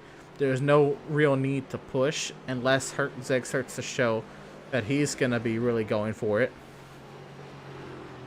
Yeah, right now they're running almost identical lap times, just barely off of each other. And you can see they are kind of close on track, but for Herczeg to catch him, it's going to require a little bit more speed in that 39. Herczeg ran half a second faster that lap, so he actually pushed it on that lap. Yeah, he pushed it on that lap, so this could be a battle here before too long if Herczeg keeps running lap times like that compared to Seth Berger. And this was the first driver that I've seen not, been in the top 5 all day. This Herczeg, he started 12. He's been as low as 14th. He had to work to get to this point. And he's done a mighty fine job and he's not too far off of a potential podium. And that would be, I think, a pretty decent reward for the day he's had to fight through the field. With a clean car, for the most part.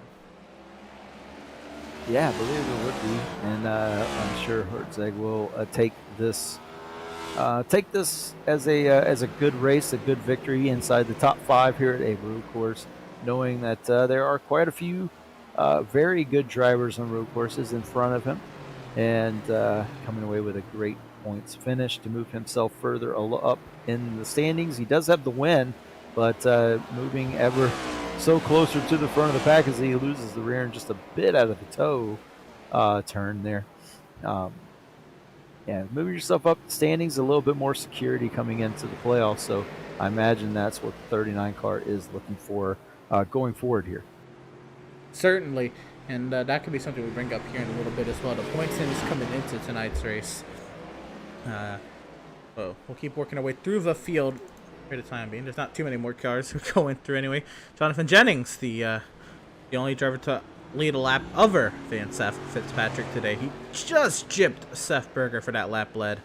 Jennings has kept it inside the top 5 most of the day. This is actually the lowest he's ran all day, and it's because Herczeg has now peeked his head. And he also had his moment at the top of the S's. It seems like everybody's at least had one spin in the top 5 or one moment besides Seth Fitzpatrick. But Jennings is the only other driver to lead a lap today so far. He started 3rd. He's been up as high as 2nd when he was duking out with Seth and Schumacher. Berger and Schumacher, I should say. And well, he's holding its station here in 5th. This is actually probably, I mean, I know that this is also kind of because of the spin he had, but this, I think 5th, this is a huge disappointment for him from where he was running.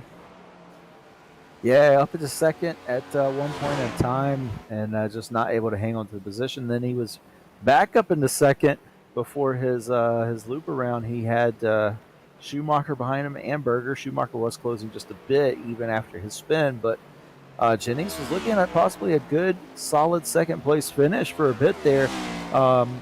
If he could hold off the damaged car of Schumacher. And yeah, this has to be disappointing with that one mistake up on the S's, just catching him out just a bit there, and now he's fallen back to 5th place. A top 5, still a top 5, but knowing that there was more left on the table, I think, is the hurt that you feel more than the appreciation of being on the top 5. Max service, the first driver one lap down, has come into the pit lane, and he is getting his service. No pun intended. But it'll be, looks like 4 tires and fuel, 4v81. We got one more car on the lead lap. It's a 34 of Robert Gianni. He's also, oh wow, that's a throwback already. Robert Giannini, working on it. When I was talking to him pre-race and getting told that his last name is Giannini, he also told me that I'm not going to say it a lot today because he was going to be a non-factor.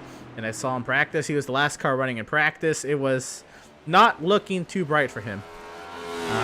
He started 13th, but he hasn't been as low as 13th. He's only gone forward from his starting spot. He's up to 6th. I don't know if he's going to get another spot out of it, but I think he's maximized his day today for a driver who said he was going to be a non-factor. Yeah, definitely. He's showing a lot of speed in that 34 machine. Maybe not the speed that he was thinking he was going to have here, but speed nonetheless, and a very solid finishing position. And for someone who probably thought they weren't going to do all too well, I think that 6th place finish will be really satisfying for Robert Giannini as he comes in for his final stop. So that gets us to pit stops. Max Service was 7th. He was the car on the lead lap before we started our prove a field or do the lead lap cars. And well, Max fell a lap down as we were talking about the other drivers on the lead lap. But Max has also had quite a day. He was up there, I guess up in the top 5, and he's now fallen to 9th as a result of outbraking himself. We'll see if those fresh tires will get him any time back. Giannini, 4 tires and down and away for the 34 machine. Back up front, it is Seth Fitzpatrick with a 17.8 second advantage over Adrian Schumacher. And waiting on that pit stop, Robert Giannini is the highest running driver now to come back out onto the track with 2 stops. So I guess Max has had some mistake because Max was much closer to Giannini at one point. They only had 1 lap different tires in terms of age. Max must have made a huge mistake to lose so much time to Giannini. Zoltan Herzeg is in the box. Yep, here comes Zoltan Herzeg, our 4th place driver, coming in for his stop. Lap 41 of 55. He'll be getting 4 tires and fuel. This will be his final stop. Behind him also is Gilliard. In 11th right now. For his final stop of the race. Again, all these drivers, most will have to take another stop. One of the drivers that may be looking to make it, possibly, will be Jeremiah Stutzman. He pitted the latest of all of the front runners. He is a lap down currently in 8th place, but he did get the lap 27, coming to 28, so he may make it. And the leader is in. Well, here's the call here. And here comes Schumacher. You can see him on the outside there. There's Adrian Schumacher going by now. Fitzpatrick is in the box. This is going to be intriguing. He's going to get 4 tires. So what he's going to do, he's going to put himself behind Schumacher. He's going to put him 4 fresh tires. He's going to try to chase Schumacher down. And, chase on any advantage Schumacher might get if he tries to splash and go. This is intriguing. Yep. So now if you're Schumacher, I think in order to possibly have a shot to win this race, it's got to be a dash or a splash and go. He's got to go. He's got to run hard, and he's got to get to a splash. Yep, run, get to the splash and go, come in, get the fuel, get right back out, and try and hold off this 2 car, having run quite a few laps on his tires by then, but still fresh rubber, no matter how how many laps it is. But once these tires get worn on these 2 cars, it's going to be a little bit harder for him to complete a pass the way he would want to, and Schumacher may be able to hold him off. But you got to get to that splash first if you're the 82 car. So an intriguing strategy of development. Adrian Schumacher, now a race later, as Seth Fitzpatrick, who had a 17-second advantage over him, comes and makes his final stop of the day. And that's what we were questioning, you know, was he going to take 4 tires? And, you know, he chose to take 4 tires, and he chose to give himself the buffer, you know, to take those 4 tires and make up that time should he need to. So far, and I know he's still on his out lap from the pit lane, but he has not really reeled in Adrian. And now he is starting to reel him in. Yeah, now big go. time. Now he's reeling him in. Oh, Adrian's on pit road. That's why. So Adrian's covering off the stop. Well, I'm not entirely sure how this is going to fare for Schumacher.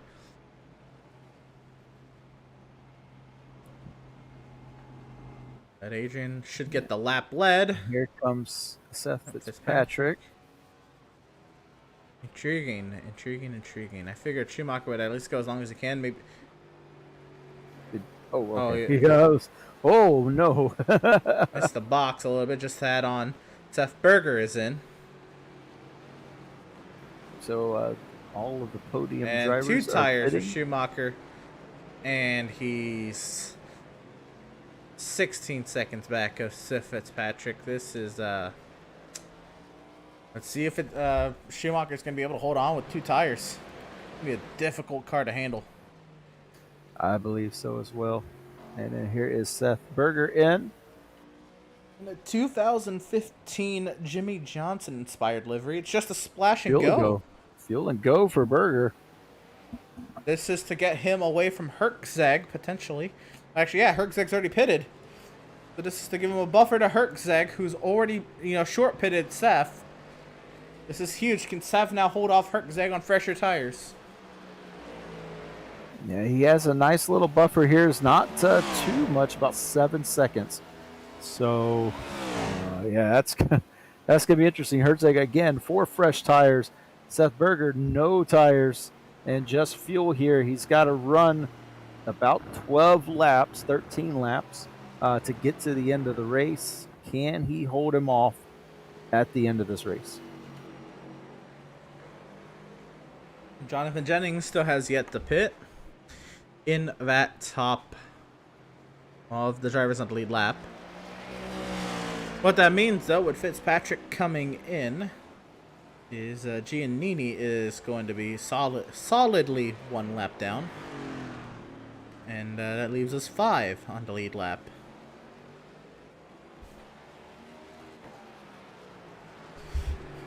Jennings, the only driver on the lead lap to not pit yet for the 2nd time. And it is a grab bag of strategies around him. It's Fitzpatrick on 4 tires, Schumacher on 2, Berger on none, and Herczeg on 4 old tires. Yeah, so And Jennings is still out there. Yeah, mixed bag of tire strategies. Man, this is getting really interesting here. Behind Seth Fitzpatrick, it looks like Fitzpatrick kind of gonna run away with this one possibly, unless there's some type of caution, I would assume.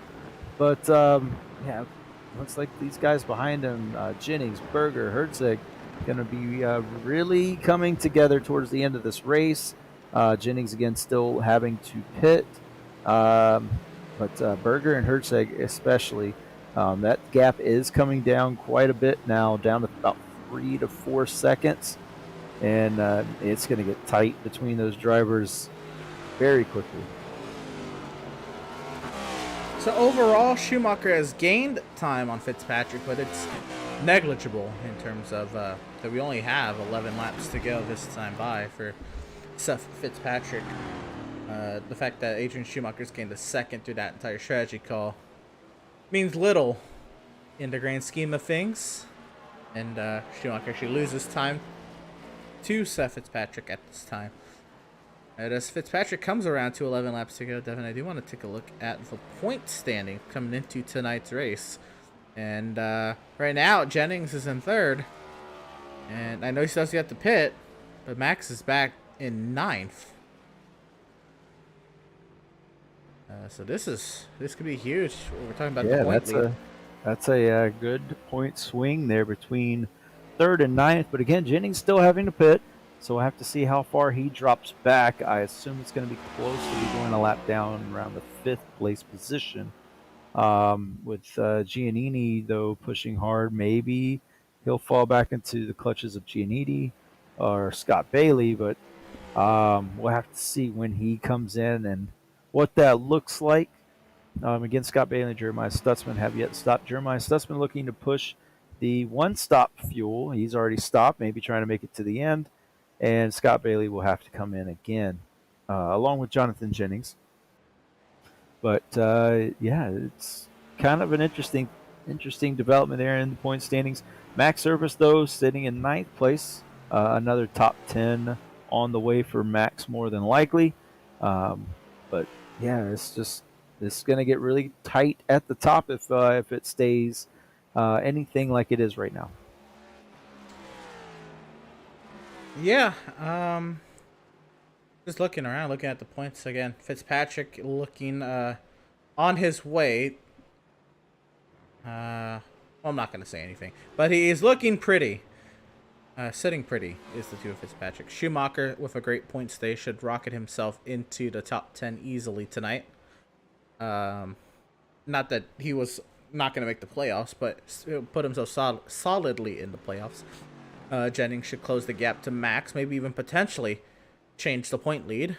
Berger should close a little bit on Jennings and Max if Jennings has to get the pit. Hertzeg should also get himself nearly inside the top 10. Giannini is not even on this points graphic, so it'll be huge for him to have a decent run tonight. Scott Bailey there in 6th, trying to see if he can maintain that. Stutzman should be... we'll see what Stutzman does. I think another top 10 is on the way for Stutzman if he stays out to the end. Max Service again, trying to nurse a slim point lead by the end of tonight's race. Trying to maintain that anyway. And Daniel Molnix, not even on this graphic. He's the one running in 10th.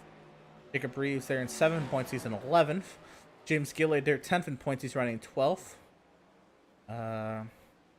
Rogers is not... I was going to say, I thought Matt Rogers was on the graphic. He's not on the graphic.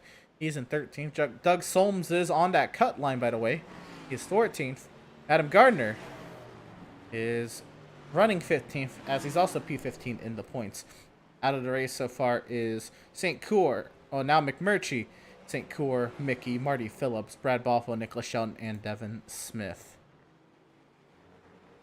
Yeah, a lot of bubble drivers out of this race so far. That could really affect where they stand in the point standings. Going to have to make it up somewhere else, and we're not getting any easier tracks after Watkins Glen. It's going to pick up and ramp up in intensity all the way until the playoffs start. So these drivers really going to have to put in the work in the weeks to come, having retired from this race.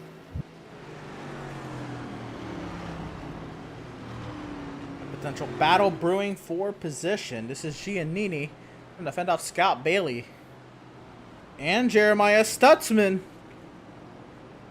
Trying to get close here for the 6th position. This is all battle one lap down, but there's all 4 drivers in the same frame. And Giannini's already stopped. Scott Bailey has not stopped. And Jeremiah Stutzman is trying to make this on one stop. So, yeah, this is quite a development here. I don't know if Scott Bailey's going to be able to make it on a stop. He'll have to pit again, but will he just do a splash and go? Giannini, again, already stopped, but he is being catched by these drivers behind him. Probably the one that he could lose that position to most likely is going to be Jeremiah Stutzman. Scott Bailey is absolutely on it, though. If Bailey can maybe stretch it. He is absolutely gaining on Giannini. And Giannini's pitted, so there's no need for Giannini to be saving. Yeah, for Bailey to make it to the end, he would have to run 30 laps on a tank of fuel right here. He on 22? It says he's on 20 on my end. Unless he's a lap down. I'm seeing 21. And yeah, lap down, so... That'll help him out a lap. Max has gotten by Jeremiah Stutzman. That'll help out in the points battle. Yep, so Max is going to be catching up to this feud in front of him as well. Now, Max, remember, he was battling Giannini. He now broke himself. If he can get back up there, you know, that'd be righting the wrongs from earlier anyway for himself. These two are really close, Stutzman and Service. I don't think Stutzman's going to put too much pressure on Max, though.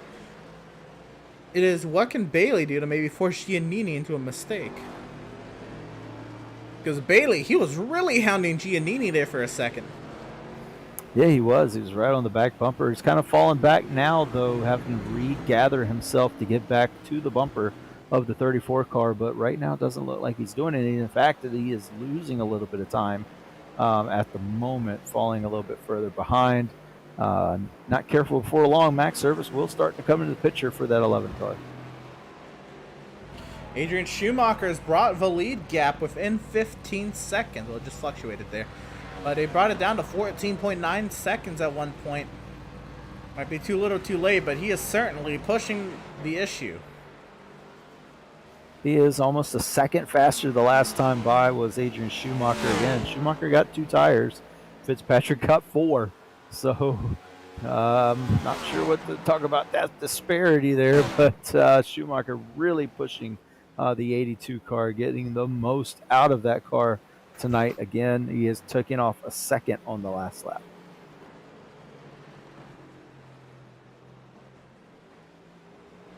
Yeah, Scott Bailey is now really losing touch with Robert Giannini. Doug Solms lets Schumacher go on through. No problem. Schumacher continues on, still maintaining that 15-second deficit to Seth Fitzpatrick. We've seen lap traffic already impede the 2 car once tonight. Cost them about a second. No, not saying that they will, but I don't see really any lap traffic ahead of them. No, not really. It seems like clear track in front of Seth Fitzpatrick now. He's going to be coming to 7 to go this time by. So smooth sailing here. Just need to keep it good for 7 more laps as that 2 car to get his first win. He can almost smell it. He's starting to probably creep in his head that he can get it done tonight, Emerson. Something else that's starting to creep is Zoltan Herzeg to the rear end of Seth Berger. That's nearly a 1 second deficit now. Herzeg may be looking for that 4th position soon. Under a second at that point. Yeah, he could be. Again, Herzeg pitted a few laps before Service, but got fresh tires. Service came in, or sorry, not saying Service, Berger. Seth Berger came in and took fuel only, no tires. Herzeg is on 4 fresher tires when he came in. So a big tire disparity, and you can see the closing rate there between the 39 and the 77, how much he can just gain off of these turns and able to put the power down because of the fresher tires. And he has gained big time. I don't know if Seth's trying to save, but if Seth wants to hold on to the spot, he's got to go on. Oh, remember, Seth didn't take tires, and Herzeg did 2 laps. The difference of their pit stops, but doesn't matter. Herzeg's got the better tire life.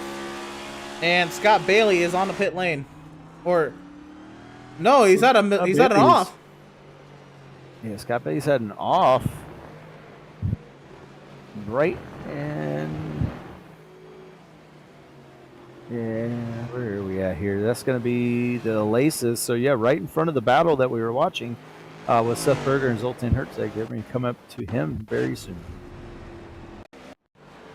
Looks like we're going to find it here. This is the 11 of Scott Bailey. He was catching, and he just had an off there in the bus stop. Wrong. Yep.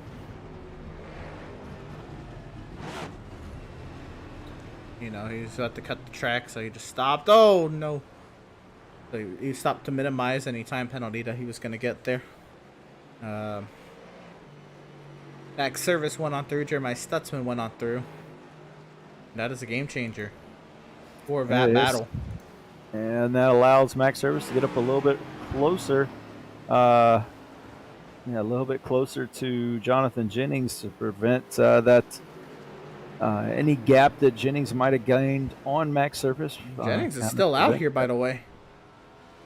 Is third in the card for Jennings. He's going to have to. I think he's pushing for that quick splash and go. What's also being pushed here is Seth Berger.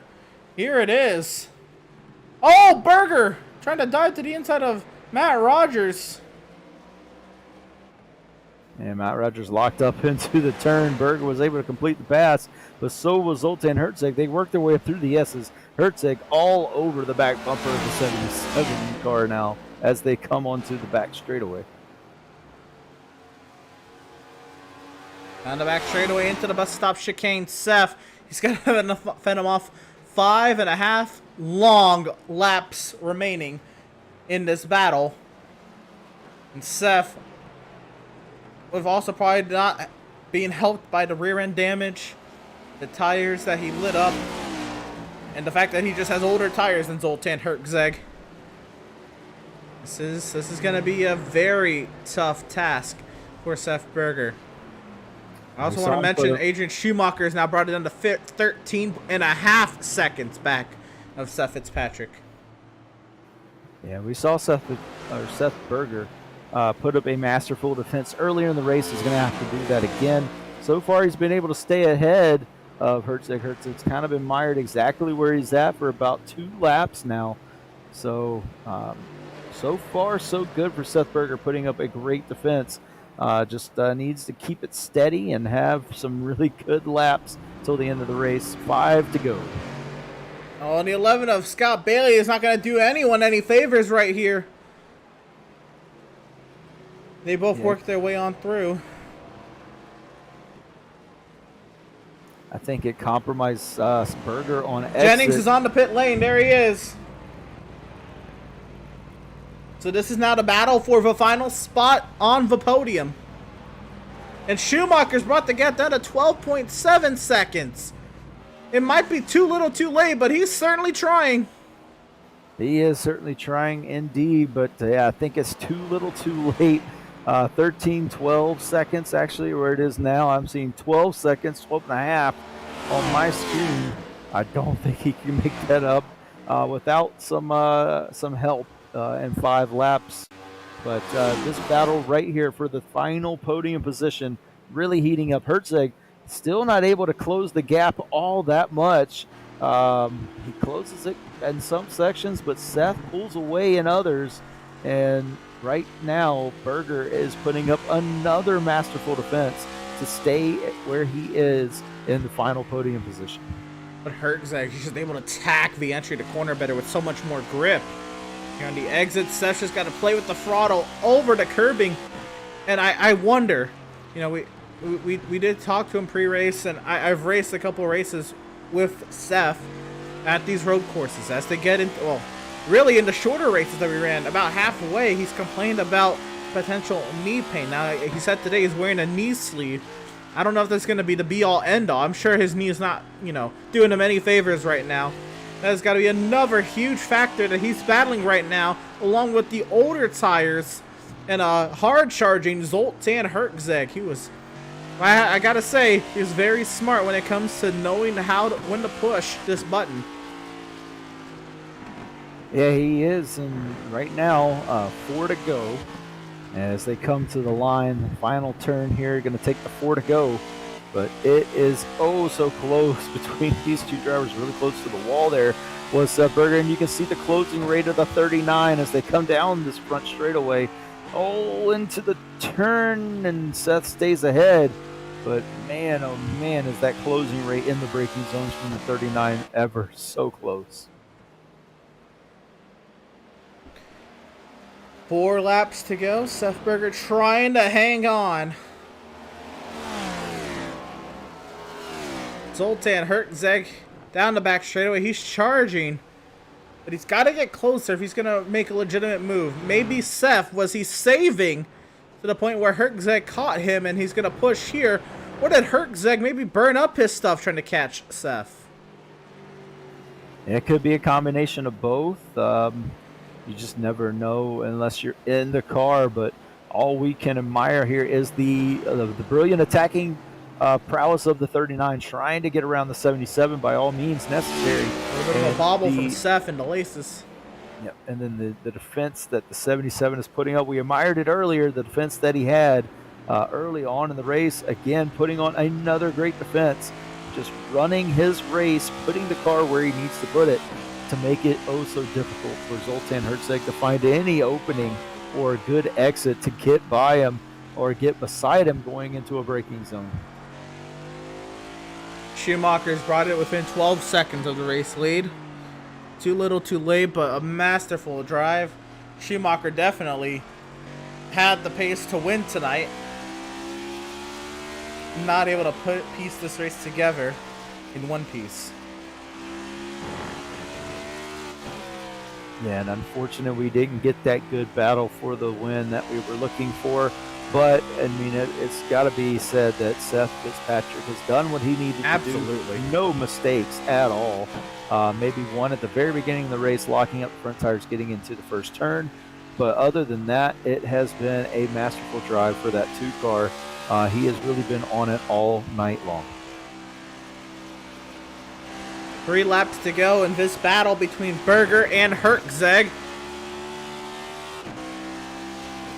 Oh, Herzeg painting that inside curbing in 4. He picks up a lot of speed down the backstretch, but still too far back to make any big move into the bus stop. However, he stays just as close to the back bumper of Seth Berger, trying not to let him escape. Big time move here in the carousel, though. Big run for Herzeg. Can he maintain it into the laces? Nose to tail in here. Herzeg closing in on that Liftworks rear bumper, trying to get the crossover. A little bit of curbing. That's going to hurt Herzeg. Yeah. A bobble for Seth over the curbing on exit. Yeah, Herzeg really close to clipping the grass on the entrance. He overdrives the turn. Oh, he's going to try and set it up off, though, and get a good run. It's a decent run, but it's not good enough. He's going to lose time overall. Down the hill. Berger bobbles under braking.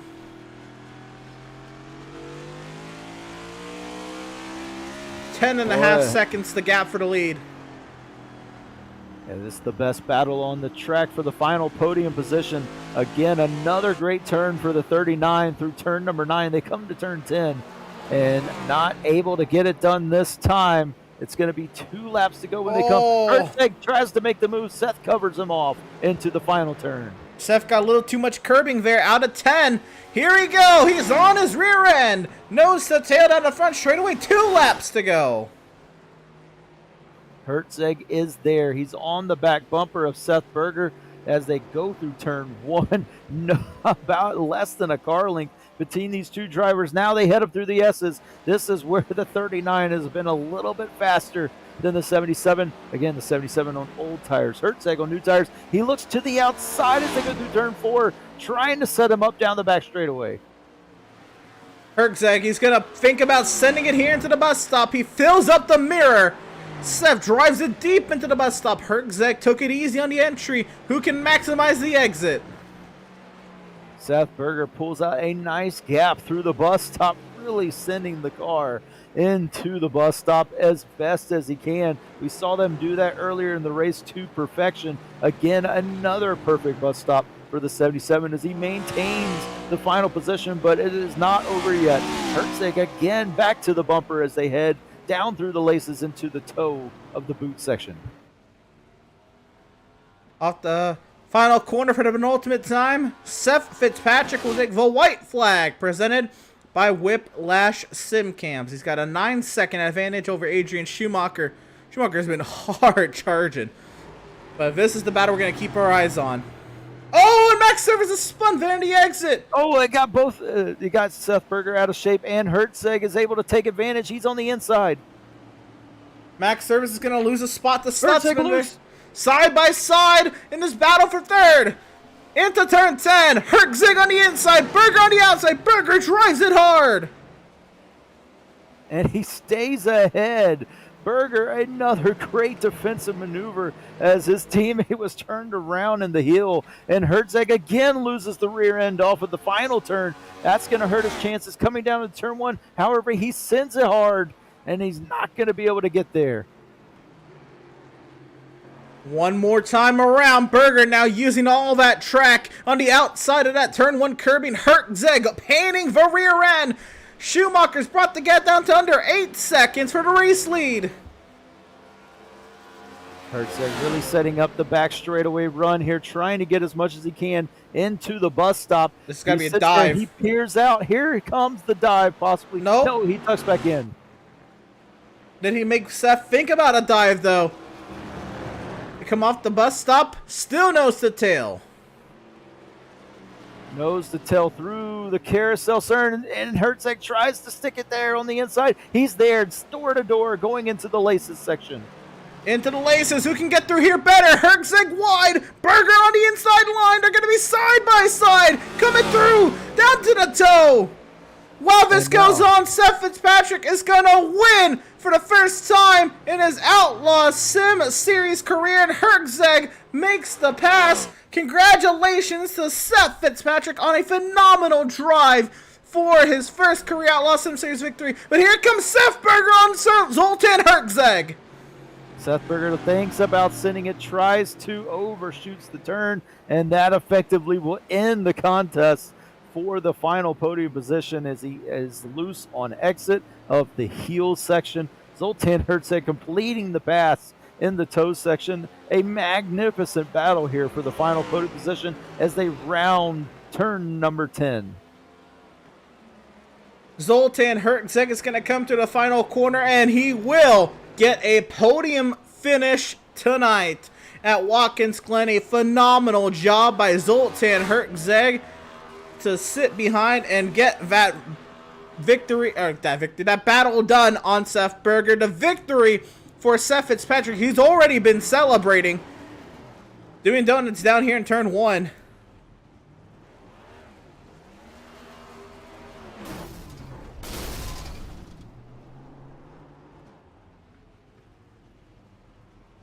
And he's already blown the engine. The last car in the lead lap is Jonathan Jennings to come across the line. He is still out and about the racetrack.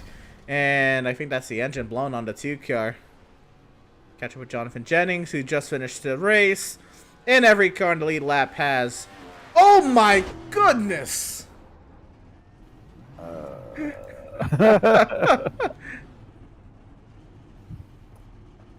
Well, Seth Fitzpatrick finally gets it done. So we're going to go ahead and bring him on up. He's got a conga line of cars pushing him. We're going to bring him on up. Seth Fitzpatrick, you are a winner in the Outlaws Sim Series, and you did it in dominating fashion. Seth, how about it? Man, I don't even know. This one's been a long time coming, Emerson. I'm just stoked that I finally got one. Blew the motor up. I want to do more burnouts, but I'm over here getting hit now. The motor's done blowed up. I want to do more burnouts. Certainly, you would deserve to do more burnouts at that, Seth. It was a fantastic race. You led 53 of the 55 laps tonight, only losing laps on pit cycles to Adrian Schumacher and Jonathan Jennings. You were firmly in control tonight. I know you had that hard battle with Joseph Kazi at Watkins Glen last year. Does this make up for it? Do you even remember that in the whole grand scheme of things? Oh, I didn't forget it, man. There's been so many second place runs and so many good runs that I've gotten knocked out of that I have thought I've had winning cars, and to finally come out here and put it all together, man, I don't even know what to say. I'm just glad I've finally done it. Finally got that monkey off my back. Absolutely, Seth. You've been a driver we've watched week in and week out over the course of the past season and a third of this season as well, where you've just showed up and you've had top 5, top 10 speed almost every week, podium speed a lot of the weeks, and it just was not meant to be in previous weeks, but you were able to get it done tonight. You qualified on pole, you muscled Adrian Schumacher through, and you dominated the race from there. How was that to get it over one of the road ringers tonight? I knew Adrian was going to be the man to beat, and I do want to apologize about turn 1 on lap 1. That car was just horrible on new tires, and I locked the right front up on him and just nudged him a little bit. I do want to apologize about that. But yeah, I knew he was going to be the man to beat, and uh, I was just kind of watching the time, and as the laps clicked down, I just kind of was wanting to back my pace up and just make sure. I knew he wasn't going to get. I knew how much I could give to him, and him not get to me, and uh, I'm just glad. From I'm seeing just glad I'm here. from seeing the pit stop to the final gap, were you a little surprised how much he caught, or? No, not really, because I was giving up a little bit. Okay. I wasn't putting it all out there. I wasn't wanting to because I was afraid I was going to make a mistake. Well, yeah, at that point, there's no need to push. You were settled on. Nobody else was gonna undermine you on strategy. It was all yours. Nonetheless, you made him push as hard as he can. We've never seen Adrian Schumacher make mistakes like he's done tonight on a road course. You made him work, and I think that's a huge part for you. He's always one that people think is not human on road courses, and certainly you made him just try to do anything to catch you. But Seth, tonight's about you. Again, dominance. It's been a long time coming for your first Outlaw Sim Series win, and it was dominated by you. Congratulations on that win. And what's next now for you? Hoping that we broke the ice and we can just go get more. Uh, that's that's all that's in the headlights right now. It's more wins, more wins, more wins. Right on. Well, a driver who certainly looked like a championship contender last season is starting to size up to be one this season with his first Outlaw Sim Series win. Seth Fitzpatrick, congratulations on, again, the dominant victory. Best luck to you in the coming weeks, man. Thank y'all. That was driver of the number 2, Seth Fitzpatrick. And Devin, again, a first-time winner in the Outlaw Sim Series in back-to-back weeks. And tonight, this, I mean, how you recall even last season, I mean, how long we've been trying to see if Fitzpatrick was gonna get it done. And again, he said he didn't forget losing out last season to Joseph Causey, and how many second place finishes he's had over the course of, I guess, the past 32 races. This one's been a long time coming, and I think probably the most well-deserved one, if any. Yeah, for sure. Another masterful performance that he had at Watkins Glen last season in the trucks. Again, puts another masterful performance here in the NextGen car, and deservedly gets the win. Didn't put a foot wrong, except for you heard him mention it at the very beginning of the race. But other than that, he was clean and tidy the entire time. Did what he needed to do, brings home the checkered flag, and a big congratulations again, like you said, Emerson, well deserved for Seth Fitzpatrick. We've talked to him many times in that second place position. I've had the pleasure of interviewing him those times, and he's like, I need to get one. I need to get one. Eventually, I am going to be there, and he finally accomplishes it tonight.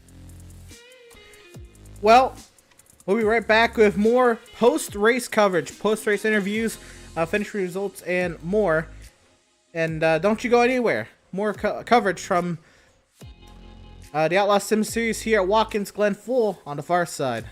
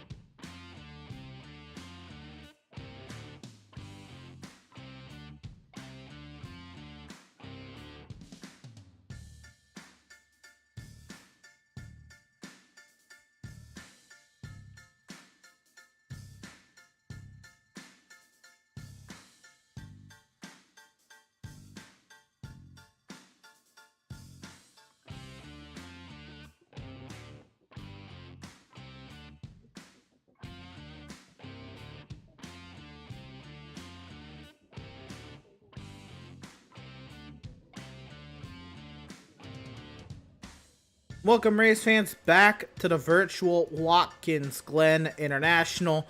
We're in the post-race coverage of the Outlaws Sim Series, round number 12 from Watkins Glen.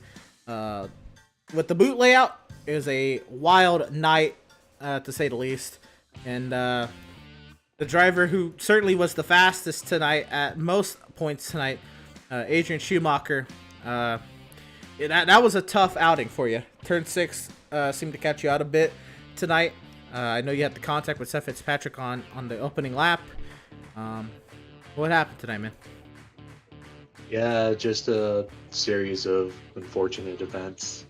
But I'm actually glad I came second out of all that.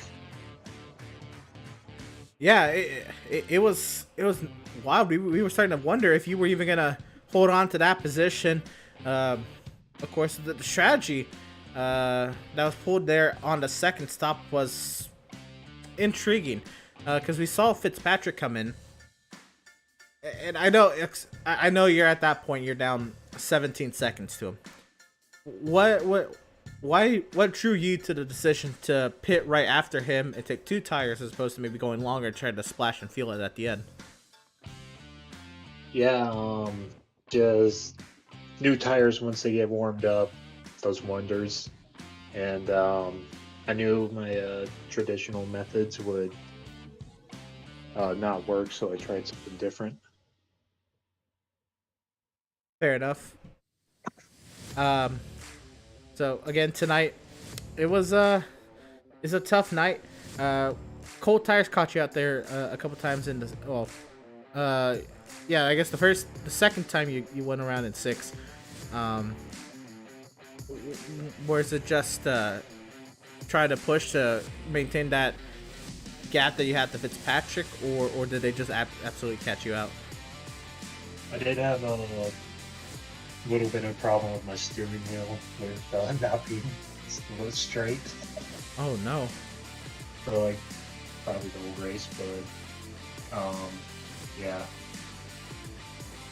That's it.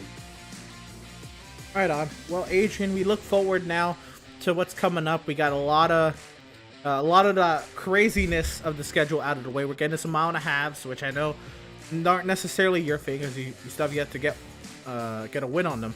But I know you're more at home in those because you can really play the tire conservation game there, and you got some more road courses coming up through the summer months. How are you looking forward to this? I guess middle portion of the schedule coming up. I'm excited about it. Just yeah, mile and a half not really like strong suit, like you said. That'll be interesting. Right on. Well, Adrian, we're gonna leave you to it. Again, you finished second despite all the mistakes tonight. You got yourself a lap led, and it was a hard-fought race at that. You brought the gap down big time there at the end. Nothing to scoff at. It was a great run tonight, Adrian. Congratulations on the second place finish. Best luck to you in the coming weeks, man. Thanks. Driver of the number 82, Adrian Schumacher. And Devin, you get to talk to the winning driver of that insane final battle there between Zoltan Herzog and Seth Berger. Zoltan Herzog gets the final podium position. Devin, he's headed your way. Yeah, we bring up Zoltan Herzog in a masterful battle to get the final podium position. Zoltan, that final battle with Seth Berger, walk us through those last couple of laps and how you were able to get that move done. Yeah, that was awesome racing him. He was quick, and that was really tough. Just trying to keep the rear tires on it while driving the hell out of the car. It was tough, and I'm glad we kept it clean. I'm glad I didn't get up into him. I thought I was gonna wreck him for a second, and but that was just a blast keeping up with him, trying to keep up with him, and just I'm so happy to be able to get by him right at the end. That was just really cool. So kudos to him. That was a lot of fun. Yeah, they had great racing, great defense throughout the night. You started in the back, starting in 12th position. I guess the middle pack of the field there. But chose not to qualify, had trouble in qualifying, and then slowly made your way up. Just how were you able to kind of weave your way in and out of the traffic, getting through up to third place? Yeah, so we came into the race not having a setup, so we ran the baseline Watkins Glen setup, and in qualifying, I was like, or in practice, I mean, I felt like there was a lot more time that we could have gained on braking. So during qualifying, I was just testing different master cylinder like settings, and we were able to kind of find something that was already a little bit better, and so I wasn't able to get a lap in for qualifying. So I told myself, we were all kind of all B&G Motorsports, we were all on the same page, kind of just relax, get to the end, try to get to the end, and just bide our time. But yeah, so we started the race, and I think it was lap 3. I looped it, and I was really mad at myself, and then the tires were shot. So I figured I'm gonna short pit. I'm just gonna make it because no matter what, we had to stop 2 times. So I was gonna try to split the race up into kind of even segments, but I wanted to keep the last segment a little bit shorter, so I had better tires for the whole run. And I wound up gaining a good amount of time on the first pit stop because it looked like everybody was trying to extend the fuel to get to the second stage. And luckily, I had a nice big gap behind me, in front of me, so I was able to pit and not lose any positions. So I didn't lose out on stage points, and I was able to gain some time with that short pit. But yeah, it was just trying to relax and trying to keep the car in one piece. And after I looped it that one time, I told myself to just keep it on the track, and that's what I tried to do. Yeah, that's kind of the name of the game. It seems like here at the road courses, keep it on that black surface, and you'll be all right at the end. Again, you bring home a third place this week, second place last week, and a lot of momentum coming from that B&G Motorsports camp going forward here with an impressive win last week, and again, like you said, second place for you, and then third place this week. Going forward, what are you guys looking forward to? What is the strategy call the rest of the way to get yourselves and lock yourselves, a little bit higher up in the standings for the playoffs? The strategy is just to finish races. That's the biggest thing right now. We finally got enough kind of races under our belts that we're getting used to the car. Because really before this, I really didn't race the NextGen car that much at all, and so just we got used to it, and just try to get finishes. That's the biggest thing. Yeah, you gotta to win the race first. You must finish. So that is definitely the name of the game. Any of the tracks that are coming up on the schedule? I know we got a couple of short tracks, then we kind of get back into the 1.5 miles. Any of those tracks kind of standing out for you as you're looking forward to get to, looking forward to run going forward? I know I'm looking forward to the 1.5 miles. I'm not big on short track racing, but I do want to try to get better at it. So that is one thing to kind of look forward to, even though I don't like the tracks. But yeah, just looking forward to those 1.5 miles. I know we have decent baseline setups for that, and yeah, that's about it. Sounds good. And I know that it's a long season, and of course you got to kind of pace yourself, take it one race at a time. But like I said, there is a lot of momentum building up in that B&G camp going forward. We wish you all the best of luck the rest of the way, and yeah, we'll be hopefully talking to you guys a lot more coming up here in the future races. Yeah, I hope so. Thanks, man. Appreciate it. We appreciate it, and yeah, we'll get you back down. Congratulations again on the third place finish. Thank you. And that was third place finisher Zoltan Hertzeg. And I know I want to thank Jeremiah Stetson for sticking around, because even though if we don't have an interview to finish out, he is more than willing to stick around and get a post-race interview. And I know he had a phenomenal run today, but there's just no way after hearing that I can't not interview the other driver in that fantastic battle at the end, Seth. He ended up coming up just a little bit short, but Seth, that was somebody who pitted for tires, and you had on that second stop. How crazy was that battle? That was, I think, the hardest I've ever driven on a road course in my life. That was an absolute blast.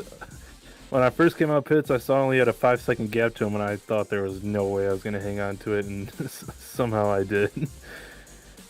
or well, until the last lap. It was phenomenal. He actually mentioned, and I guess now that it's over, I guess it's okay to mention. He said he was more or less on the baseline Watkins Glen setup. He just made a couple changes to the master cylinder for braking wise. But I know, I believe y'all were in a similar setup as well. So that was more kind of mano-y-mano, driver on driver right there. Not really any setup doing too much of the talking there. When he's tailing you and filling up your mirror and swerving to the right and to the left, are you paying any attention to that?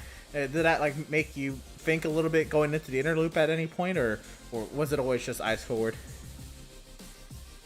It was definitely eyes forward, but I'd see if he was trying to make a move to the inside, and I knew if I just drove in as hard as I could without wrecking it, I didn't really think he had a chance to make a move, even diving to show his nose in there. So every time I drove it in as hard as I could, and he dove back in line. So yeah, he definitely made me work for it, man. I was keeping an eye out back still, but it was definitely just do the best I could driving it in there.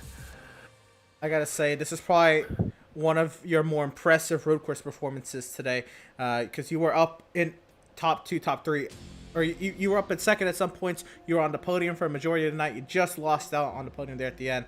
But Seth, you were up there in the top 3 for most of the night. How did that feel? What was it, kind of putting this race together and really showing that, maybe you're not Schumacher or Fitzpatrick, but you're definitely there when it comes to these road courses. It definitely feels good. I definitely think I've improved a lot since my first road course races in this league and other series. And still got my ass handed to me. I had, 40 seconds to the leader. I know it's open setup. I don't know if he had a setup or not, but to be running as good as I did, that was great. I looped, I don't know if it was on the broadcast, but I looped it a little bit after that first pit stop, and that was just that was a mental error. I was watching that lap car, and then I realized when I looked back to the turn that I completely missed my braking zone, and luckily I didn't damage the car too bad. I think I backed it into the wall. I don't really remember. I just saw I had rear end damage, but if that didn't happen, I had third place locked up. But to fend off someone on my rear end for that many laps, I think shows a lot of improvement I've had, and I'm definitely proud of being able to hold him off, especially since he was on tires. I gotta ask, did the knee brace help? How's the knee feeling? Oh man, we get 5 laps in there, and it did not feel great at all. But luckily, it didn't get worse from there. So it was more. It started earlier, but it never got too bad. But as I was taking the knee brace off, it was definitely hurting pretty significantly. But it's already feeling a little better. It's just a little sore, a little weird right now. But I'd say overall, the knee brace helped me stick in there longer. And I was glad to get Liftworks a good run the first time running them on the car, and put a great show on for Burger Nation if anyone's still watching. Right on. Well, again, a 4th place finish for you, Seth, but you, again, doesn't tell the whole story. You were on the podium for a majority of the night. Congratulations on a great run at Watkins, Glen. And yeah, best luck to you. The race is coming up. Got some short tracks, some 1.5 miles. I know you're ready to get back to those 1.5 miles. Yep. All right. Thank you. Sir, that was driver of the number 77, Seth Berger. And yeah, that's going to do it for our interviews. Now, I did mean to go through our post-race results before we took that little break there in between our interviews. So we'll go ahead and go through those results now. And well, let's get to it, Devin. Of course, it was Seth Fitzpatrick winning today. 53 laps led out of 55 laps. And I mean, he took the lead. He didn't look back. Adrian Schumacher ended up coming home in 2nd place, 10 seconds back. Doesn't really tell the whole story.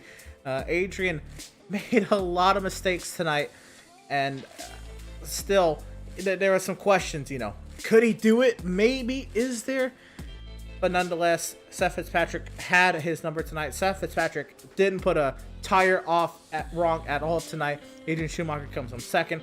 Zoltan Hertzeg finishes 3rd, 46 seconds back of race leader Fitzpatrick. Race winner Fitzpatrick. Seth Berger finishes in 4th. Jonathan Jennings rounds out the top 5, and a Cars and lead lap Robert Giannini finishes in the 6th position, 1 lap down. Jeremiah Stutzman is 7th, 1 down. Max Service finishes 8th, 1 lap down. Scott Bailey 9th, 1 down. And Daniel Molnix rounds out the top 10, also 1 down. Devin? Yeah, and then in 11th place, James Gilliard 2 laps down. In 12th place, Jacob Reeves 2 laps down. Matt Rogers also 2 laps down in 13th. Doug Solms bringing it home in the top 15 and 3 laps down in 14th. And then we start getting to Heartbreak Row. Adam Gardner, he brings it home in 15th, 16 laps down. Derek McMurtry called it quits a little early. He's 27 laps down in 16th. Andrew St. Cour, 32 laps down in 17th, also calling it early night. All of these drivers after also calling early nights. John Mickey, 33 laps down in 18th. Marty Phillips, 42 laps down in 19th.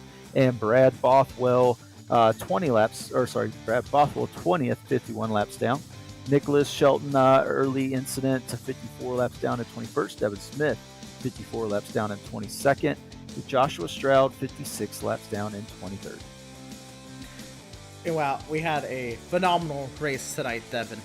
That's going to do it for us, but there's still much more coming up on the channel.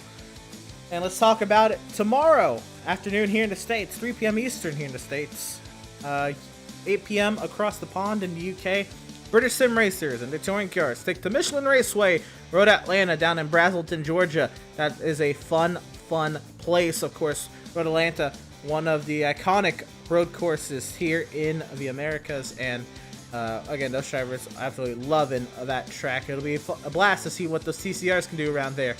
And Saturday, 11 a.m. Eastern is when we're gonna begin coverage for the North American Racing League's Cash Days 24 hours here at Watkins Glen. We got a little preview of it, maybe not with stock cars on Saturday, but you got to see a little bit of the layout before this Saturday's big event. We're going to have coverage broken into parts throughout the day. Andrew Carnot IV manning a very cohesive project to get a lot of coverage done for Saturday's event. That's going to, of course, bleed into Sunday. And then after we, all rest up after a 24-hour race, we're going to be back on the air Sunday night with the MPI Cup Series. They're going to be at the Kansas Speedway. And before too long, we'll be right back into the rest of the broadcast for the next week. Tuesday, we have British Sim Racers and their Trophy Tuesdays, MX-5s at Daytona. And, of course, Wednesday, the Outlaws Sim Series will be back in action at Martinsville. But, Devin, final thoughts? Thoughts on that, on the slate of races we got coming up. And, yeah. Yeah, so the British Sim Racers there, Road Atlanta, a great little track there where they host the Petit Le Mans race. Very fun track to drive. This should be good racing there, of course. And then you said we're going to be doing that long 24-hour event for the North American Racing League, covering it in different sections and stints of that race. So be sure to tune in throughout multiple times. We're pretty much going to be live almost around the clock, but not quite. We do have to get sleep at some point, but for the most part, we will have that racing on the channels. And of course, MPI on Sunday there. It's going to be a good one. Please tune in to watch that race, and you catch all of the action at any of our social media outlets: Facebook.com/pitstoptv, Instagram.com/pit_stop_TV, Twitter.com/pitstoptv_, and YouTube.com/C/pitstoptv1, and of course on Twitch at twitch.tv/pit_stop_TV. Well, that's what we got coming up. Again, a phenomenal night tonight. Seth Fitzpatrick, a well-deserving first-time winner of the Outlaws Sim Series. He's been had wins taken from him, and he's been, the bridesmaid for so many races in the Outlaws Sim Series. It feels good that Fitzpatrick was able to break through and get that win tonight. And we didn't get the amazing battle for the win we were expecting from a Fitzpatrick-Schumacher show. We still got a good battle at the end anyway with Hertzeg and Berger. I think we had a good night tonight, Devin. Yeah, great night of racing. We saw some great battles throughout the field, not just up at the front. We were hopefully going to see, but we saw some great battles throughout the pack, especially that next to last lap pass for the final podium position. A great battle indeed between Seth Berger and Sultan Herzeg. It's only going to get intense from here. 2 short tracks in a row. And then we get to the meat and potatoes of the season where you really need to move if you want to make it to the playoffs. It's going to get very tight very quickly in the playoff standings, and you got to be on your A game from here on out. Well, that'll do it from Watkins, Glen, New York.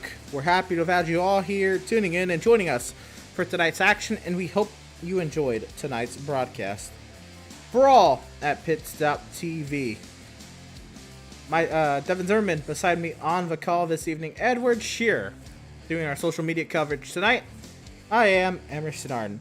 We'll see you either tomorrow afternoon for Bitter Sim Racers Touring Cars from Road Atlanta, or on Wednesday night for Outlaws Sim Series action from the Paperclip. Good night, everyone.